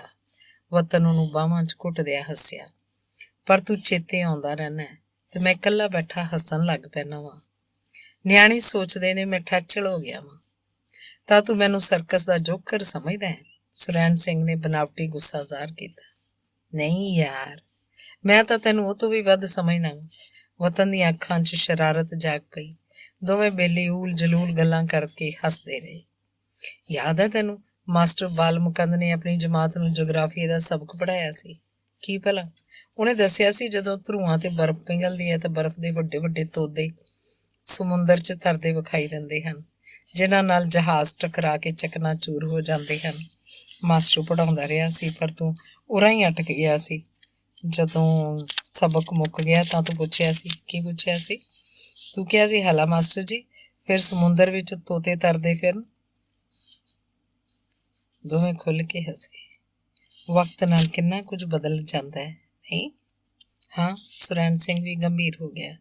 ਉਹ ਵੇਖ, ਉਹ ਜਿੱਥੇ ਨਿਆਣਾ ਖਲੋਤਾ ਹੋਇਆ, ਉੱਥੇ ਖਲੋ ਕੇ ਤੂੰ ਮੇਰੇ ਨਾਲ ਜੱਟ ਬ੍ਰਾਹਮਣ ਖੇਡਦਾ ਸੈਂ ਤੇ ਲੱਤ ਥੱਲਿਓਂ ਦੀ ਡੰਡਾ ਸੁੱਟਿਆ ਕਰਦਾ ਸੀ, ਪਰ ਤੂੰ ਚੱਜ ਨਾਲ ਕਦੀ ਨਹੀਂ ਸੀ ਖੇਡਦਾ, ਰੋਂਦ ਬਹੁਤ ਮਾਰਦਾ ਸੀ। ਮੈਂ ਰੋਂਦ ਮਾਰਦਾ ਸੀ? ਵਤਨ ਨੇ ਹੈਰਾਨ ਹੋਣ ਦਾ ਵਿਖਾਵਾ ਕੀਤਾ। ਹੋਰ ਕੀ, ਤੂੰ ਜੀਨੀ ਦੀ ਰਹੀ ਬੜੀ ਕਰਦਾ ਸੀ। ਜ਼ਰੀਨਾ ਦੇ ਜ਼ਿਕਰ ਤੋਂ ਬਾਅਦ ਚੁੱਪ ਭਲੀ ਸੀ। ਉਹ ਘਰ ਪਹੁੰਚਿਆ ਤਾਂ ਵੱਡੇ ਭਰਾ ਸ਼ਰਨਾਗਤ ਨੇ ਦੱਸਿਆ, ਪਰਸੋਂ ਤੇਰੀ ਚਿੱਠੀ ਆਈ ਸੀ, ਸੋਚਿਆ ਤੂੰ ਆਉਣਾ ਤਾਂ ਹੈਗਾ ਹੀ ਹੈ, ਉਦੋਂ ਹੀ ਦੇ ਦਊਂ। ਮੇਰੀ ਚਿੱਠੀ? ਵਤਨ ਨੇ ਹੈਰਾਨ ਹੋ ਕੇ ਆਖਿਆ। ਪਿੰਡ ਦੇ ਪਤੇ ਉੱਤੇ ਉਹਦੀ ਕੋਈ ਕਦੀ ਚਿੱਠੀ ਨਹੀਂ ਆਈ ਸੀ। ਉਹ ਕਈ ਵਰ੍ਹਿਆਂ ਤੋਂ ਅੰਮ੍ਰਿਤਸਰ ਵਾਲਾ ਹੋ ਗਿਆ ਸੀ। ਖਾਲਸਾ ਕਾਲਜ ਦੇ ਸਟਾਫ ਦੇ ਕੁਆਟਰਾਂ ਵਿੱਚ ਇੱਕ ਕੁਆਟਰ ਉਹਦੇ ਕੋਲ ਸੀ। ਵਤਨ ਦੀ ਡਾਕ ਉਸ ਪਤੇ ਉੱਤੇ ਹੀ ਪਹੁੰਚਦੀ ਸੀ। ਸ਼ਰਨਾਗਤ ਸਿੰਘ ਨੇ ਅੰਦਰੋਂ ਮੁੜਿਆ ਤੁੜਿਆ ਲਿਫਾਫਾ ਲਿਆ ਕੇ ਵਤਨ ਨੂੰ ਫੜਾ ਦਿੱਤਾ। ਉਸ ਵੇਲੇ ਵਤਨ ਚਾਹ ਪੀ ਰਿਹਾ ਸੀ। ਉਹਨੇ ਚਾਹ ਵਾਲਾ ਕੱਪ ਪਰਾਂ ਸਰਕਾ ਦਿੱਤਾ। ਲਿਫਾਫੇ ਉੱਤੇ ਲੱਗੀ ਹੋਈ ਟਿਕਟ ਵੇਖ ਕੇ ਉਹਦਾ ਦਿਲ ਜ਼ੋਰ-ਜ਼ੋਰ ਦੀ ਧੜਕਿਆ। ਟਿਕਟ ਦੇ ਹਰੇ ਰੰਗ ਉੱਤੇ ਚੰਨ ਦੀ ਇੱਕ ਫਾੜੀ ਸੀ। ਉਸ ਫਾੜੀ ਤੋਂ ਕੁਝ ਉੱਪਰ ਇੱਕ ਤਾਰਾ। ਉਹਦੀ ਚੇਤਨਾ ਨੇ ਮੀਲਾਂ ਦਾ ਸਫ਼ਰ ਝੱਟ ਤੈਅ ਕਰ ਲਿਆ। ਉਹਨੇ ਕਾਹਲੀ ਨਾਲ ਲਿਫਾਫਾ ਖੋਲ੍ਹਿਆ। ਪਿਛਲੇ ਵਰ੍ਹੇ ਦੋਹਾਂ ਦੇਸ਼ਾਂ ਦੇ ਸਬੰਧਾਂ ਦੇ ਰੁੰਡ-ਮੁੰਡ ਹੋਏ ਰੁੱਖ ਉੱਤੇ ਕਰੂੰਬਲਾਂ ਫੁੱਟਣ ਦੀ ਸੰਭਾਵਨਾ ਉਜਾਗਰ ਹੋਈ ਸੀ। ਨਫ਼ਰਤ ਦੀ ਸੂਲ ਜਿਵੇਂ ਵਰ੍ਹਿਆਂ ਦੇ ਪੱਥਰ ਨਾਲ ਘਸ-ਘਸ ਕੇ ਮੋਟੀ ਹੋ ਗਈ ਹੋਵੇ। ਦੋਹਾਂ ਦੇਸ਼ਾਂ ਦੇ ਖਿਡਾਰੀਆਂ ਨੇ ਆਪਸ ਵਿੱਚ ਹਾਕੀ ਦਾ ਮੈਚ ਖੇਡਿਆ ਸੀ। ਦੋਸਤਾਨਾ ਮੈਚ ਪਹਿਲਾਂ ਭਾਰਤ ਵਿੱਚ ਹੋਇਆ, ਫਿਰ ਪਾਕਿਸਤਾਨ 'ਚ। ਉਦੋਂ ਲੋਕ ਵਹੀਰਾਂ ਘੱਤ ਕੇ ਮੈਚ ਵੇਖਣ ਗਏ ਸਨ। ਦਰਅਸਲ ਉਦੋਂ ਉਹਨਾਂ ਮੈਚ ਨਹੀਂ ਸੀ ਵੇਖਣਾ, ਆਪਣੇ ਪਿਆਰਿਆਂ ਨੂੰ ਮਿਲਣਾ ਸੀ। ਮੈਚ ਤਾਂ ਇੱਕ ਤੰਦ ਸੀ ਆਪਸ ਵਿੱਚ ਜੋੜਨ ਲਈ। ਮੈਚ ਤਾਂ ਇੱਕ ਪੁਲ ਸੀ ਜਿਸ ਉੱਤੋਂ ਦੀ ਲੋਕ ਆਰ-ਪਾਰ ਆ ਜਾ ਸਕਦੇ ਸਨ। ਪ੍ਰੋਫੈਸਰ ਵਤਨ ਉਦੋਂ ਵੀ ਪਾਕਿਸਤਾਨ ਜਾਣਾ ਚਾਹੁੰਦਾ ਸੀ, ਪਰ ਉਹਦੇ ਕੋਲੋਂ ਜਾਇਆ ਨਹੀਂ ਸੀ ਗਿਆ। ਉਹਨੇ ਪੰਜਾਬ ਯੂਨੀਵਰਸਿਟੀ ਦੇ ਇੱਕ ਸੈਮੀਨਾਰ 'ਚ ਪਰਚਾ ਪੜ੍ਹਨਾ ਸੀ। ਇਸ ਰੁਝੇਵੇਂ ਨੇ ਉਹਦੇ ਪੈਰੀਂ ਬੇੜੀਆਂ ਪਾ ਦਿੱਤੀਆਂ ਸਨ। ਹੁਣ ਵਾਲਾ ਸੱਦਾ ਉਹਦੇ ਪੁਰਾਣੇ ਕਾਲਜ ਵੱਲੋਂ ਸੀ। ਵੀਜ਼ਾ ਲੱਗਣਾ ਵੀ ਆਸਾਨ ਸੀ। ਦੋਹਾਂ ਹਕੂਮਤਾਂ ਨੇ ਦੋਸਤੀ ਦਾ ਹੱਥ ਹਾਲੇ ਪਿਛਾਂਹ ਨਹੀਂ ਸੀ ਖਿੱਚਿਆ। ਪ੍ਰੋਫੈਸਰ ਵਤਨ ਨੇ ਪਾਕਿਸਤਾਨ ਫੇਰੀ ਦਾ ਨਿਰਣਾ ਲੈ ਲਿਆ। ਕਿਤੇ ਉਹ ਤੈਮੂਰ ਬਾਦਸ਼ਾਹ ਤਾਂ ਨਹੀਂ ਸੀ ਜਿਹਦਾ ਸੁਪਨਾ ਇਤਿਹਾਸ ਦਾ ਸੱਚ ਹੋ ਗਿਆ ਸੀ। ਦਿਲ ਦੀ ਕਿਸੇ ਨੁਕਰੇ ਸਹਿਮੀ ਹੋਈ ਰੀਝ ਪੂਰੀ ਹੋਣ ਵਾਲੀ ਸੀ। ਸੋਚ ਦੀ ਪੂਣੀ ਦੀ ਲੰਮੀ ਹੋ ਰਹੀ ਤੰਦ ਅਚਨਚੇਤੀ ਟੁੱਟ ਗਈ। ਸ਼ਰਨਾਗਤ ਸਿੰਘ ਨੇ ਪੁੱਛਿਆ, ਚਿੱਠੀ ਸੁੱਖਦੀ ਹੈ? ਹਾਂ ਭਾਊ ਜੀ, ਪਾਕਿਸਤਾਨ ਤੋਂ ਸੱਦਾ ਆਇਆ। ਮੇਰੇ ਲਾਹੌਰ ਵਾਲੇ ਕਾਲਜ ਦੇ ਪੁਰਾਣੇ ਵਿਦਿਆਰਥੀ ਇਕੱਠੇ ਹੋ ਰਹੇ ਨੇ। ਮੈਨੂੰ ਅੱਜ ਹੀ ਵਾਪਸ ਮੁੜਨਾ ਪਊ। ਅੱਜ ਹੀ? ਹਾਂ, ਰਾਤੀ ਸਮਰਾ ਠਹਿਰ ਜਾਊ। ਆਉਂਦੀ ਵਾਰ ਗੁਰਮੇਲ ਨੂੰ ਉੱਥੇ ਛੱਡ ਆਇਆ ਸੀ। ਉਹਨੂੰ ਪੇਕੇ ਗਈ ਨੂੰ ਚਿਰ ਹੋ ਗਿਆ ਸੀ। ਸੋਚਿਆ ਸਾਰਿਆਂ ਨੂੰ ਮਿਲ ਗਿਲ ਲਊ। ਭਲਕੇ ਤੜਕਸਾਰ ਉੱਥੋਂ ਹੀ ਅੰਮ੍ਰਿਤਸਰ ਚਲਿਆ ਜਾਊ। ਲਾਹੌਰ ਜਾਣ ਦੀ ਤਿਆਰੀ ਵੀ ਤਾਂ ਕਰਨੀ ਹੈ। ਜਦੋਂ ਤੁਰਿਆ, ਠੱਠੀ ਜੈਮਲ ਸਿੰਘ ਦੇ ਬਾਗਾਂ ਉੱਤੇ ਸ਼ਾਮ ਉਤਰ ਰਹੀ ਸੀ। ਰੁੱਖਾਂ ਦੀ ਪਰਛਾਵੇਂ ਲੰਮੇ ਹੋ ਗਏ ਸਨ। ਰੋਹੀ ਦੀ ਸਿੱਲੀ ਰੇਤ ਉੱਤੇ ਨਿਆਣੇ ਘਰ ਬਣਾਉਣ ਦੀ ਖੇਡ ਖੇਡ ਰਹੇ ਸਨ। ਉਹਨਾਂ ਵਿੱਚ ਕੋਈ ਮਿੰਦਾ ਸੀ, ਕੋਈ ਸੁਰੈਣਾ ਤੇ ਕੋਈ ਜ਼ਰੀਨਾ। ਵਤਨ ਉਹਨਾਂ ਨੂੰ ਪਛਾਣ ਸਕਦਾ ਸੀ। ਮਾਜ਼ੀ ਦਾ ਵਰਕਾ ਉਹਦੇ ਸਾਹਮਣੇ ਖੁੱਲ੍ਹਿਆ ਹੋਇਆ ਸੀ। ਸੰਗਮਰਮਰੀ ਪੈਰ ਉੱਤੇ ਘਰ ਬਣਾਉਂਦੀ ਜ਼ਰੀਨਾ ਨੂੰ ਉਹ ਸਾਫ਼ ਵੇਖ ਰਿਹਾ ਸੀ। ਵਾਲਾਂ ਦੀ ਕਲਿੱਟ ਮੁੜ-ਮੁੜ ਜ਼ਰੀਨਾ ਦੀਆਂ ਅੱਖਾਂ ਅੱਗੇ ਝੂਲ ਜਾਂਦੀ। ਆਪਣੇ ਹੱਥ ਨਾਲ ਲਿੱਟ ਉਹਦੇ ਵਾਲਾਂ ਵਿੱਚ ਟੰਗਦਿਆਂ ਉਹ ਰੇਤ ਦਾ ਉਸਰਦਾ ਘਰ ਵੇਖਦਾ। ਰੇਤ ਦਾ ਘਰ ਜੋ ਬਣਦਾ ਤਾਂ ਹੈ ਪਰ ਢਹਿ ਜਾਂਦਾ ਹੈ। ਰੇਤ ਦਾ ਘਰ ਜਿਹਦੇ ਪੱਕੇ ਬਣਨ ਦਾ ਸੁਪਨਾ ਕਦੀ ਸੱਚ ਨਹੀਂ ਹੁੰਦਾ। ਕਿੰਨੀ ਕੁ ਵਾਰ ਕੋਈ ਹੰਝੂਆਂ ਨਾਲ ਰੇਤ ਭਿਉਂ-ਭਿਉਂ ਘਰ ਬਣਾਵੇ, ਕਿੰਨੀ ਕੁ ਵਾਰ ਕੋਈ ਕਰੇ ਇਸ ਮਲਬੇ ਤੋਂ ਮੁੜ ਉਸਾਰੀ। ਸੁਪਨਿਆਂ ਦਾ ਫਲ ਜੋ ਪੱਕਿਆ ਨਹੀਂ, ਸੜ ਸੁੱਕ ਗਿਆ ਸੀ। ਕੱਚੇ ਧਾਗੇ ਦੀ ਕੜੀ ਜੋ ਟੁੱਟ ਗਈ ਹੈ। ਸ਼ਬਦ ਜੋ ਮੋਏ ਹੋਏ ਜੰਮੇ ਸਨ, ਮੈਂ ਤੈਨੂੰ ਪਿਆਰ ਕਰਦੀ ਹਾਂ। ਡੁੱਬਦੇ ਤਰਦੇ ਅਤੀਤ ਦੇ ਪਰਛਾਵੇਂ ਉਹਦੇ ਨਾਲ ਤੁਰ ਰਹੇ ਸਨ, ਪਰ ਅੱਜ ਪੱਛਮ ਦੀ ਹਵਾ ਪੂਰੇ ਵਾਂਗੂ ਰੁਮਕੀ ਸੀ। ਸ਼ਾਇਦ ਅੱਜ ਕੱਲ੍ਹ ਵੱਡੇ ਹੋਣ ਪਿੱਛੋਂ ਰੇਤ ਦੇ ਘਰ ਪੱਕੇ ਬਣ ਜਾਂਦੇ ਹੋਣਗੇ। ਉਸ ਪਲ ਵਤਨ ਨੇ ਇਹੋ ਸੋਚਿਆ ਤੇ ਮਾਜ਼ੀ ਦੀ ਖੁੱਲ੍ਹੀ ਕਿਤਾਬ ਹੱਥਾਂ ਵਿੱਚ ਫੜ ਕੇ ਉੱਥੋਂ ਤੁਰ ਪਿਆ। ਅੰਗ ਤੀਸਰਾ। ਤਿੱਖੜ ਦੁਪਹਿਰ ਦੇ ਵੇਲੇ ਨਿਆਣੇ ਜੱਟ ਬ੍ਰਾਹਮਣ ਖੇਡ ਰਹੇ ਸਨ। ਵਤਨ ਨੇ ਡੰਡਾ ਲੱਤ ਥੱਲਿਓਂ ਦੀ ਦੂਰ ਵਗਾਹ ਮਾਰਿਆ ਤੇ ਕਾਹਲੀ ਨਾਲ ਗੱਡੇ ਉੱਤੇ ਚੜ੍ਹ ਗਿਆ। ਉੱਥੋਂ ਉਹਨੇ ਬੋਹੜ ਦੇ ਹੇਠਲੇ ਟਾਹਣ ਨੂੰ ਹੱਥ ਪਾ ਲਿਆ ਤੇ ਹੰਬਲੇ ਨਾਲੋਂ ਤਾਂ ਚੜ੍ਹ ਗਿਆ। ਵਤਨ ਦਾ ਸੁੱਟਿਆ ਡੰਡਾ ਬੋਹੜ ਤੋਂ 50-60 ਗਜ਼ ਦੂਰ ਪੈਲੀ ਦੀ ਵੱਟ ਕੋਲ ਜਾ ਡਿੱਗਾ। ਵਾਰੀ ਮਿੰਦੇ ਸਿਰ ਸੀ। ਉਹ ਡੰਡਾ ਚੁੱਕ ਕੇ ਕਿਸੇ ਇੱਕ ਨੂੰ ਛੂਹਣ ਲਈ ਵਾਪਸ ਨੱਸਿਆ ਆ ਰਿਹਾ ਸੀ। ਸਾਰੇ ਬੇਲੀ ਇੱਕ ਦੂਜੇ ਤੋਂ ਪਹਿਲਾਂ ਬੋਹੜ ਦੇ ਟਾਹਣੇ ਮੱਲਣ ਦੇ ਯਤਨ ਵਿੱਚ ਸਨ। ਜ਼ਰੀਨਾ ਦਾ ਕਿਧਰੇ ਵੀ ਹੱਥ ਨਹੀਂ ਸੀ ਪੈ ਰਿਹਾ। ਛੂਹੇ ਜਾਣ ਤੋਂ ਬਚਣ ਲਈ ਉਹਦਾ ਮਿੰਦੇ ਦੇ ਉੱਥੇ ਪਹੁੰਚਣ ਤੋਂ ਪਹਿਲਾਂ ਬੋਹੜ ਉੱਤੇ ਚੜ੍ਹ ਜਾਣਾ ਜ਼ਰੂਰੀ ਸੀ। ਜੇ ਉਹ ਛੂਹੀ ਜਾਂਦੀ ਤਾਂ ਮੁੜ ਉਹਦੇ ਕੋਲੋਂ ਵਾਰੀ ਨਹੀਂ ਸੀ ਲੱਥਣੀ। ਬੇਲੀ ਉਹਨੂੰ ਹੱਲਾਸ਼ੇਰੀ ਦੇਣ ਲੱਗ ਪਏ ਸਨ। ਜੀਨੀਏ ਘੜੀਨੀਏ, ਛੇਤੀ, ਜ਼ੋਰ ਲਾ ਕੇ। ਪਰ ਜ਼ਰੀਨਾ ਬੋਹੜ ਉੱਤੇ ਚੜ੍ਹਨ ਲੱਗੀ ਘੜੀ ਮੁੜੀ ਹੇਠਾਂ ਡਿੱਗ ਪੈਂਦੀ ਸੀ। ਉਹ ਬੋਹੜ ਲੋਕਾਂ ਦੇ ਜੀਵਨ ਦਾ ਅਹਿਮ ਹਿੱਸਾ ਸੀ। ਰਸਮਾਂ ਰਿਵਾਜ਼ਾਂ ਵਾਂਗ ਹੀ ਉਸ ਬੋਹੜ ਦੀ ਧਰਤੀ ਉੱਤੇ ਪਕੜ ਬੜੀ ਪੱਕੀ ਸੀ। ਬੋਹੜ ਦੇ ਤਿੰਨੀ ਪਾਸੀਂ ਖੁੱਲ੍ਹੇ ਖੇਤ ਸਨ। ਜੱਟ ਬ੍ਰਾਹਮਣ ਖੇਡਦੇ ਨਿਆਣਿਆਂ ਦਾ ਚੁੰਮ ਕੇ ਸੁੱਟਿਆ ਡੰਡਾ ਇਹਨਾਂ ਖੇਤਾਂ ਵਿੱਚ ਹੀ ਡਿੱਗਦਾ ਸੀ। ਬੋਹੜ ਦੀ ਚੌਥੀ ਕੂਟੇ ਗੱਡਾ ਲੰਘਣ ਜੋਗਾ ਰਾਹ ਸੀ। ਇਸ ਰਾਹ ਨਾਲੋਂ ਹੀ ਪਿੰਡ ਦੀ ਆਬਾਦੀ ਸ਼ੁਰੂ ਹੋ ਜਾਂਦੀ ਸੀ। ਰਾਹ ਵਾਲੇ ਪਾਸੇ ਬੋਹੜ ਹੇਠ ਵੱਡਾ ਸਾਰਾ ਤਖਤਪੋਸ਼ ਡੱਠਾ ਹੋਇਆ ਸੀ। ਉਹ ਤਖਤਪੋਸ਼ ਠੱਠੀ ਜੈਮਲ ਸਿੰਘ ਦੇ ਲੋਕਾਂ ਲਈ ਸਮਾਂ ਬਿਤਾਉਣ ਦਾ ਚੰਗਾ ਥਾਂ ਸੀ। ਉਸ ਤਖਤਪੋਸ਼ ਉੱਤੇ ਬੈਠ ਕੇ ਛੜੇ ਲਾਗੇ ਚਾਗੇ ਦੇ ਪਿੰਡਾਂ ਤੱਕ ਦੀਆਂ ਸਾਰੀਆਂ ਸੋਹਣੀਆਂ ਕੁੜੀਆਂ ਇੱਕ ਇੱਕ ਕਰਕੇ ਗਿਣਦੇ ਸਨ। ਕਿਹਦੀ ਕਿਹਦੇ ਨਾਲ ਯਾਰੀ ਹੈ, ਕੌਣ ਕਿਹਦੇ ਨਾਲ ਉੱਧਲ ਗਈ ਹੈ, ਕਿਹੜੀ ਬਹੁਤਾ ਮੱਛੀ ਫਿਰਦੀ ਹੈ, ਉਹ ਲੂਣ ਮਿਰਚ ਕੋਲੋਂ ਰਲਾ ਕੇ ਸਭ ਵਿਚਾਰਦੇ ਸਨ। ਕੋਈ ਬਜ਼ੁਰਗ ਜੇ ਉੱਥੇ ਆ ਬਿਰਾਜਦਾ ਤਾਂ ਉਹਨਾਂ ਦੀਆਂ ਗੱਲਾਂ ਸੰਗ ਵਿੱਚ ਹੀ ਘੁੱਟੀਆਂ ਜਾਂਦੀਆਂ ਸਨ। ਵਡੇਰੀ ਉਮਰ ਵਾਲਿਆਂ ਵਿੱਚ ਪੁੱਤਰਾਂ ਦੀ ਹੂੜਮਤੀ ਦੇ ਚਿੱਠੇ ਖੁੱਲ੍ਹ ਜਾਂਦੇ ਸਨ। ਉਦੋਂ ਗੱਭਰੂ ਇੱਕ ਇੱਕ ਕਰਕੇ ਉੱਥੋਂ ਖਿਸਕਣਾ ਸ਼ੁਰੂ ਕਰ ਦਿੰਦੇ ਸਨ। ਬੁੱਢਿਆਂ ਨੂੰ ਗੱਲਾਂ ਦਾ ਅਸਲੀ ਸਵਾਦ ਆਪਣੀ ਢਾਣੀ ਵਿੱਚ ਹੀ ਆਉਂਦਾ ਸੀ। ਉਹ ਹੋਈਆਂ ਬੀਤੀਆਂ ਘਟਨਾਵਾਂ ਫਰੋਲਣਾ ਸ਼ੁਰੂ ਕਰ ਦਿੰਦੇ ਸਨ। ਜਿਨ੍ਹਾਂ ਦਾ ਬਹੁਤ ਦੇਰ ਤੱਕ ਬੈਠਣ ਦਾ ਦਾਈਆ ਹੁੰਦਾ ਸੀ, ਉਹ ਦੀਵਾਲੀਓਂ ਪਰਨਾ ਵਲਾ ਕੇ ਲੱਤਾਂ ਦੇ ਉੱਤੋਂ ਦੀ ਬੰਨ੍ਹ ਲੈਂਦੇ ਸਨ। ਮੋੜ ਕੱਟ ਦੀਆਂ ਗੱਲਾਂ ਆਖਰ ਅੰਗਰੇਜ਼ ਰਾਜ ਬਾਰੇ ਸ਼ੁਰੂ ਹੋ ਜਾਂਦੀਆਂ ਸਨ। ਤੂੰ ਕੁਝ ਸੁਣਿਆ ਲੰਬੜਾ? ਆਖੇ ਇੱਕ ਖੱਦਰਧਾਰੀ ਬੁੱਢੇ ਦੇ ਆਖੇ ਲਾਖੇ ਲੋਕ ਅੰਗਰੇਜ਼ਾਂ ਦੇ ਖਿਲਾਫ ਹੋ ਰਹੇ ਨੇ, ਉਹਨੂੰ ਹਿੰਦੁਸਤਾਨ ਚੋਂ ਕੱਢਣ ਦੇ ਬੰਨ ਨੂੰ ਬੰਨ ਰਹੇ ਨੇ। ਤੂੰ ਤਾਂ ਨਿਆਣਿਆਂ ਵਾਲੀ ਗੱਲ ਕਰਤੀ ਸੰਤਾ ਸਿਆ। ਅੰਗਰੇਜ਼ ਦੇ ਰਾਜ ਵਿੱਚ ਸੂਰਜ ਕਦੇ ਨਹੀਂ ਡੁੱਬਦਾ। ਇਸ ਤਰ੍ਹਾਂ ਦੀ ਗੱਲ ਆਪਣਾ ਮਾਸਟਰ ਆਂਦਾ ਸੀ। ਅੰਗਰੇਜ਼ਾਂ ਨੂੰ ਦੇਸੋਂ ਕੱਢਣਾ ਪਰਾਂ ਦੀ ਗੱਲ ਹੈ। ਛੱਡ ਭਾਊ ਇਹਨਾਂ ਗੱਲਾਂ ਨੂੰ, ਆਪਾਂ ਕੀ ਲੈਣਾ? ਉਹ ਲੰਡਿਆ ਤੈਨੂੰ ਲੈ ਜਾਣ ਚੋਰ। ਆਖੇ ਕੋਈ ਲੈ ਜੇ, ਯਾਰਾਂ ਤਾਂ ਪੱਠੇ ਹੀ ਗਾਣੇ ਆ। ਆਪਾਂ ਨੂੰ ਤਾਂ ਇਹੋ ਸਿਆੜ ਵਾਹ ਕੇ ਰੋਟੀ ਕਮਾਉਣੀ ਪੈਣੀ ਆ। ਢੈਲੀ ਪੱਤੀ ਦੇ ਜੱਟ ਨੇ ਗੱਲ ਨਿਬੇੜਦਿਆਂ ਪੁੱਛਿਆ, ਮੈਨੂੰ ਤਾਂ ਇਹ ਦੱਸੋ ਵੀ ਮਾਮਲਾ ਇਸ ਵਾਰ ਮਾਫ਼ ਹੋਊ ਕਿ ਨਹੀਂ? ਤਖਤਪੋਸ਼ ਦੇ ਅਸਲੋਂ ਪਿੱਛੇ ਖੇਤਾਂ ਵਾਲੇ ਪਾਸੇ ਇੱਕ ਨਾ ਇੱਕ ਗੱਡਾ ਖਲੋਤਾ ਹੀ ਰਹਿੰਦਾ ਸੀ।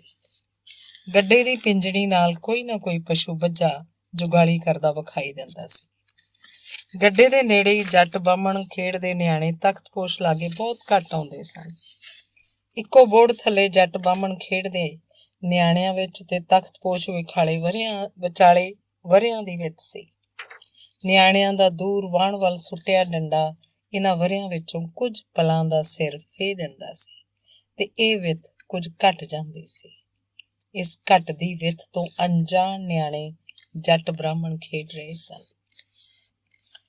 ਮਿੰਦਾ ਜ਼ਰੀਨਾ ਨੂੰ ਛੋਹਣ ਹੀ ਵਾਲਾ ਸੀ ਕਿ ਵਤਨ ਨੇ ਆਪਣੇ ਹੱਥ ਦਾ ਆਸਰਾ ਦੇ ਕੇ ਉਹਨੂੰ ਡਾਹਣ ਉੱਤੇ ਚੜ੍ਹਾ ਦਿੱਤਾ। ਜੇ ਜ਼ਰੀਨਾ ਸਿਰ ਵਾਰੀ ਆ ਜਾਂਦੀ ਤਾਂ ਉਹਨੇ ਭੱਜ ਭੱਜ ਕੇ ਹਫ ਜਾਣਾ ਸੀ। ਪਹਿਲਾਂ ਵੀ ਕਈ ਵਾਰ ਇਸੇ ਤਰ੍ਹਾਂ ਹੋਇਆ ਸੀ। ਉਹਦੀਆਂ ਗੱਲਾਂ ਭਖਣ ਲੱਗਦੀਆਂ ਤੇ ਮੁੜਕਾ ਚੋਣ ਲੱਗ ਪੈਂਦਾ। ਉਹਦੀਆਂ ਲਟੂਰੀਆਂ ਮੁੜ ਮੁੜ ਅੱਖਾਂ ਸਾਹਮਣੇ ਪਰਦਾ ਤਾਣ ਦਿੰਦੀਆਂ। ਉਹਦੇ ਕੋਲੋਂ ਕੋਈ ਛੂਹਿਆ ਹੀ ਨਾ ਜਾਂਦਾ। ਜ਼ਰੀਨਾ ਰੋਣ ਹਾਕੀ ਹੋ ਜਾਂਦੀ। ਵਤਨ ਜਾਣ-ਬੁੱਝ ਕੇ ਆਪਣੇ ਆਪ ਨੂੰ ਛੁਹਾ ਲੈਂਦਾ। ਬੇਲੀ ਝਗੜ ਪੈਂਦੇ ਕਿ ਉਹ ਜ਼ਰੀਨਾ ਦੀ ਰਹੀ ਕਿਉਂ ਕਰਦਾ ਸੀ। ਉਸ ਝਗੜੇ 'ਚ ਖੇਡ ਅਕਸਰ ਖਤਮ ਹੋ ਜਾਂਦੀ ਸੀ। ਜ਼ਰੀਨਾ ਚੌਧਰੀ ਕਰੀਮ ਬਖਸ਼ ਦੀ ਲਡਿੱਕੀ ਧੀ ਸੀ। ਉਹਦੀ ਮਰਹੂਮ ਬੀਵੀ ਜ਼ੀਨਤ ਦੀ ਇੱਕੋ ਇੱਕ ਨਿਸ਼ਾਨੀ। ਉਹਨੇ ਜ਼ਰੀਨਾ ਨੂੰ ਮੁੰਡਿਆਂ ਨਾਲ ਖੇਡਣੋਂ ਕਦੇ ਵਰਜਿਆ ਨਹੀਂ ਸੀ। ਅਜੇ ਨਿਆਣੀ ਤਾਂ ਸੀ ਉਹ। ਵੈਸੇ ਵੀ ਉਹ ਕਿਸੇ ਓਪਰੇ ਨਾਲ ਤਾਂ ਨਹੀਂ ਸੀ ਖੇਡਦੀ। ਚੌਧਰੀ ਦੇ ਜਿਗਰੀ ਯਾਰ ਵਸਾਵਾ ਸਿੰਘ ਦਾ ਪੁੱਤਰ ਵਤਨ ਕੋਈ ਬਗਾਨਾ ਨਹੀਂ ਸੀ। ਮਿੰਦਾ ਤੇਜ਼ ਨੱਸ ਕੇ ਆਇਆ ਸੀ, ਇਸ ਲਈ ਸਾਹੋ ਸਾਹੀ ਹੋਇਆ ਪਿਆ ਸੀ। ਜ਼ਰੀਨਾ ਨੇ ਬੋਹੜ ਦੇ ਟਾਹਣੇ ਨੂੰ ਘੁੱਟ ਕੇ ਜੱਫੀ ਪਾ ਲਈ ਸੀ ਤਾਂ ਕਿ ਉਹ ਡਿੱਗ ਨਾ ਪਵੇ। ਮਿੰਦੇ ਨੂੰ ਗੁੱਸਾ ਚੜ੍ਹ ਗਿਆ। ਉਹਨੇ ਡੰਡਾ ਜ਼ਮੀਨ ਤੇ ਪਟਕਾ ਮਾਰਿਆ। ਆ ਪਿਆਈ, ਤੂੰ ਜ਼ੀਨੀ ਨੂੰ ਬੋਹੜ ਉੱਤੇ ਚੜ੍ਹਾਇਆ ਕਿਉਂ ਆ? ਇਹਦੇ 'ਚ ਕੀ ਹੈ? ਉਹਦੇ ਕੋਲੋਂ ਚੜ੍ਹਿਆ ਨਹੀਂ ਸੀ ਜਾਂਦਾ ਤੇ ਮੈਂ ਮਾੜੀ ਜੀ ਮਦਦ ਕਰਤੀ। ਵਤਨ ਨੇ ਆਪਣਾ ਪੱਖ ਪੂਰਿਆ। ਨਾ ਖੇਡਿਆ ਕਰੇ ਫੇਰੇ। ਲਾਗਿਓਂ ਸੁਰੈਣਾ ਮਿੰਦੇ ਦਾ ਹਮੈਤੀ ਬਣ ਗਿਆ। ਜਾ ਖੇਡਿਆ ਕਰੂੰਗੀ, ਤੈਨੂੰ ਕੀ ਹੈ? ਜ਼ਰੀਨਾ ਨੇ ਬੋਹੜ ਦੇ ਟਾਹਣੇ ਨੂੰ ਜੱਫਾ ਪਾਈ ਰੱਖਿਆ ਤੇ ਸਿਰੋਂ ਤਾਂ ਚੁੱਕ ਕੇ ਰੋਹ 'ਚ ਬੋਲੀ, ਜੇ ਵਤਨ ਨੇ ਤੇਰੀ ਏਦਾਂ ਹੀ ਰਹੀ ਕਰਨੀ ਹੈ ਤਾਂ ਅਸੀਂ ਨਹੀਂ ਉਹ ਖੇਡਦੇ। ਮਿੰਦੇ ਨੇ ਇੱਕ ਟੁੱਕ ਫੈਸਲਾ ਸੁਣਾਤਾ। ਨਾ ਖੇਡ, ਨਿੱਜ ਖੇਡੋ, ਭਾਂਸਿਓ ਦੀ ਗਿੱਡ ਖੇਡੋ। ਜ਼ਰੀਨਾ ਨੇ ਖੇਡ ਆਪਣੇ ਵੱਲੋਂ ਵੀ ਮੁਕਾ ਦਿੱਤੀ। ਉਹ ਹੌਲੀ ਹੌਲੀ ਬੋਹੜ ਤੋਂ ਉਤਰੀ ਤੇ ਵਤਨ ਦਾ ਹੱਥ ਫੜ ਕੇ ਪਰਾਂ ਲੈ ਗਈ। ਇਹ ਸਾਰੇ ਰੋਂਦੂ ਨੇ, ਚੱਲ ਆਪਾਂ ਬਾਗੇ ਚੱਲੀਏ, ਆੜੂਆਂ ਨਾਲੋਂ ਕਤੀਰਾ ਗੂੰਦ ਲਾਵਾਂਗੇ। ਉਸ ਬੋਹੜ ਤੋਂ 2 ਕੁ ਫਰਲਾਂਗ ਦੀ ਵਿੱਥ ਉੱਤੇ ਵਤਨ ਹੋਰਾਂ ਦਾ ਬਾਗ ਸੀ।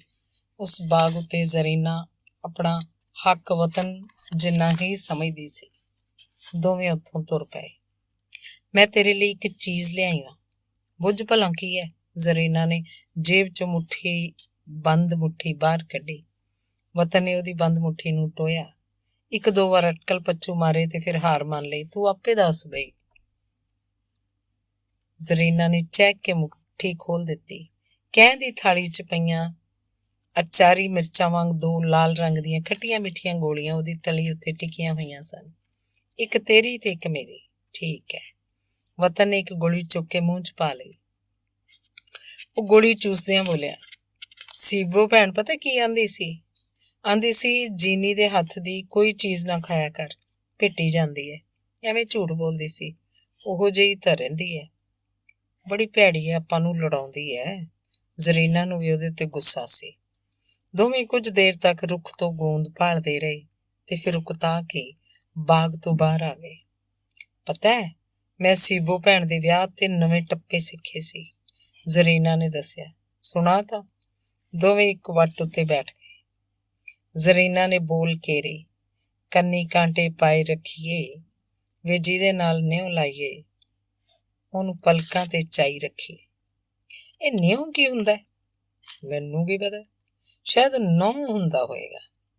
ਨਹੁੰ ਨੂੰ ਪਲਕਾਂ ਉੱਤੇ ਕਿਸ ਤਰ੍ਹਾਂ ਰੱਖੋਗੇ? ਨੇਹੋਂ ਕੋਈ ਹੋਰ ਚੀਜ਼ ਹੋਊਗੀ, ਬਰੀਕ ਜਿਹੀ, ਜਿਵੇਂ ਸੁਰਮਾ ਹੁੰਦਾ। ਹਾਂ, ਜਿਵੇਂ ਸੁਰਮਾ ਹੁੰਦਾ। ਖੇਤਾਂ ਵਾਲੇ ਪਾਸਿਓਂ ਮੋਢੇ ਉੱਤੇ ਕਹੀ ਰੱਖੀ ਵਸਾਵਾ ਸਿੰਘ ਤੁਰਿਆ ਆ ਰਿਹਾ ਸੀ।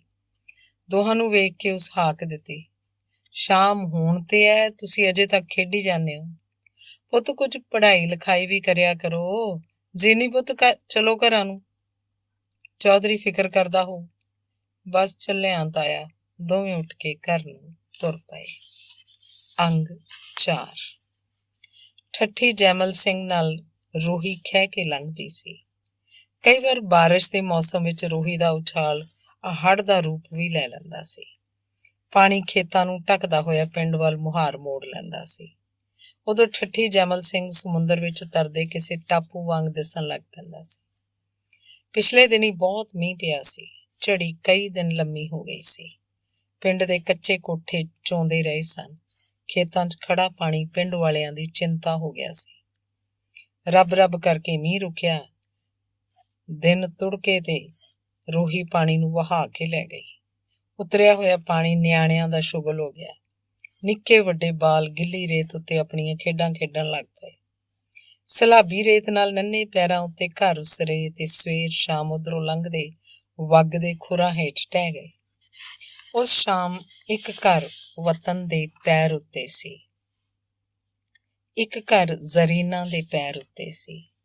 ਜ਼ਰੀਨਾ ਨੇ ਸੱਜੇ ਪੈਰ ਉੱਤੇ ਕੁਝ ਹੋਰ ਰੇਤ ਪਾਈ, ਰੇਤ ਨੂੰ ਥੱਪਿਆ ਤੇ ਫਿਰ ਹੱਥਾਂ ਨਾਲ ਰਗੜਨ ਲੱਗ ਪਈ। ਰਾਵੀ ਰਾਵੀ ਕੌੜੀ ਗੁੜ ਗੁੜ ਮਿੱਠਾ, ਰਾਵੀ ਰਾਵੀ ਕੌੜੀ ਗੁੜ ਗੁੜ ਮਿੱਠਾ, ਰਾਵੀ ਰਾਵੀ ਕੌੜੀ ਗੁੜ ਗੁੜ ਮਿੱਠਾ। ਜ਼ਰੀਨਾ ਲਗਾਤਾਰ ਰੇਤ ਦੀ ਰਗੜਾਈ ਕਰਦੀ ਰਹੀ ਤੇ ਬੋਲਦੀ ਰਹੀ। ਉਹਨੇ ਵਤਨ ਨੂੰ ਦੱਸਿਆ, ਜੇ ਘਰ ਬਣਾਉਂਦਿਆਂ ਨਾਲ ਨਾਲ ਇਸ ਤਰ੍ਹਾਂ ਬੋਲਦੇ ਜਾਈਏ ਤਾਂ ਕਹਿੰਦੇ ਨੇ ਘਰ ਬਹੁਤ ਪੱਕਾ ਬਣ ਜਾਂਦਾ ਹੈ। ਰਾਵੀ ਰਾਵੀ ਕੌੜੀ ਤੇ ਗੁੜ ਗੁੜ ਮਿੱਠਾ। ਵਤਨ ਨੇ ਵੀ ਕੁਝ ਦੇਰ ਇਹੋ ਮੁਹਾਰਨੀ ਪੜ੍ਹੀ ਤੇ ਫਿਰ ਜ਼ਰੀਨਾ ਨੂੰ ਆਖਿਆ, ਐਦੋਂ ਪੱਕਾ ਘਰ ਤਾਂ ਹੋਰ ਕੀ ਬਣੂ। ਆਪਾਂ ਬਸ ਕਰੀਏ ਹੁਣ। ਜ਼ਰੀਨਾ ਨੇ ਪੈਰ ਉਤਲੀ ਰੇਤ ਨੂੰ ਦਬਾ ਕੇ ਉਹਦੀ ਕਰੜਾਈ ਵੇਖੀ। ਠੀਕ ਹੈ, ਜਿਵੇਂ ਤੂੰ ਆਨਾ। ਅੱਖਾਂ ਮੀਟ ਲੈ ਫਿਰ। ਵਤਨ ਨੇ ਅੱਖਾਂ ਬੰਦ ਕਰ ਲਈਆਂ। ਇੱਧਰ ਨਾ ਵੇਖੀ ਹੁਣ। ਨਹੀਂ ਵੇਖਦਾ, ਤੈਨੂੰ ਸਹੁੰ ਬਾਬੇ ਜ਼ਾਹਰ ਪੀਰ ਦੀ। ਰੂਹੀ ਕਿਨਾਰੇ ਹੋਰ ਵੀ ਕਈ ਬਾਲ ਰੇਤ ਦੀ ਇਹੋ ਖੇਡ ਖੇਡ ਰਹੇ ਸਨ। ਜ਼ਰੀਨਾ ਨੇ ਰੇਤ ਹੇਠ ਦੱਬਿਆ ਆਪਣਾ ਸੱਜਾ ਪੈਰ ਹੌਲੀ ਜਿਹੀ ਹਿਲਾਇਆ ਤੇ ਉੱਚੀ ਆਵਾਜ਼ 'ਚ ਸਾਰਿਆਂ ਨੂੰ ਸੁਚੇਤ ਕੀਤਾ। ਅੱਖਾਂ ਮੀਟ ਲਓ, ਰਾਜੇ ਦੀ ਘੋੜੀ ਸੌਣ ਲੱਗੀ ਜੇ। ਤੇ ਉਹਨੇ ਆਪਣਾ ਪੈਰ ਹੌਲੀ ਹੌਲੀ ਰੇਤ 'ਚੋਂ ਬਾਹਰ ਖਿੱਚ ਲਿਆ। ਅੱਖਾਂ ਮੀਟ ਲਓ, ਰਾਜੇ ਦੀ ਘੋੜੀ ਸੌਣ ਲੱਗੀ ਜੇ। ਵਤਨ ਨੇ ਵੀ ਆਪਣਾ ਘਰ ਬਣਾ ਲਿਆ। ਦੋਹਾਂ ਨੇ ਆਪੋ ਆਪਣੇ ਘਰ ਦੁਆਲੇ ਰੇਤ ਦੀ ਕੰਧ ਬਣਾ ਦਿੱਤੀ। ਰਾਜੇ ਦੀ ਘੋੜੀ ਸੌਣ ਲੱਗੀ ਜੇ, ਰਾਜੇ ਦੀ ਘੋੜੀ ਸੌਣ ਲੱਗੀ ਜੇ। ਕਦੀ ਇੱਧਰੋਂ ਹਾਕ ਉੱਠਦੀ, ਕਦੀ ਉੱਧਰੋਂ। ਹੌਲੀ ਹੌਲੀ ਸਾਰਿਆਂ ਰਾਜਿਆਂ ਦੀਆਂ ਘੋੜੀਆਂ ਸੂ ਪਈਆਂ। ਸਾਰਿਆਂ ਦੇ ਘਰ ਉਸਰ ਗਏ। ਆਪਾਂ ਆਪਣੇ ਘਰ ਨੂੰ ਸੋਹਣਾ ਬਣਾ ਲੈਂਦੇ ਹਾਂ। ਤੂੰ ਫੁੱਲ ਤੋੜ ਲਿਆ।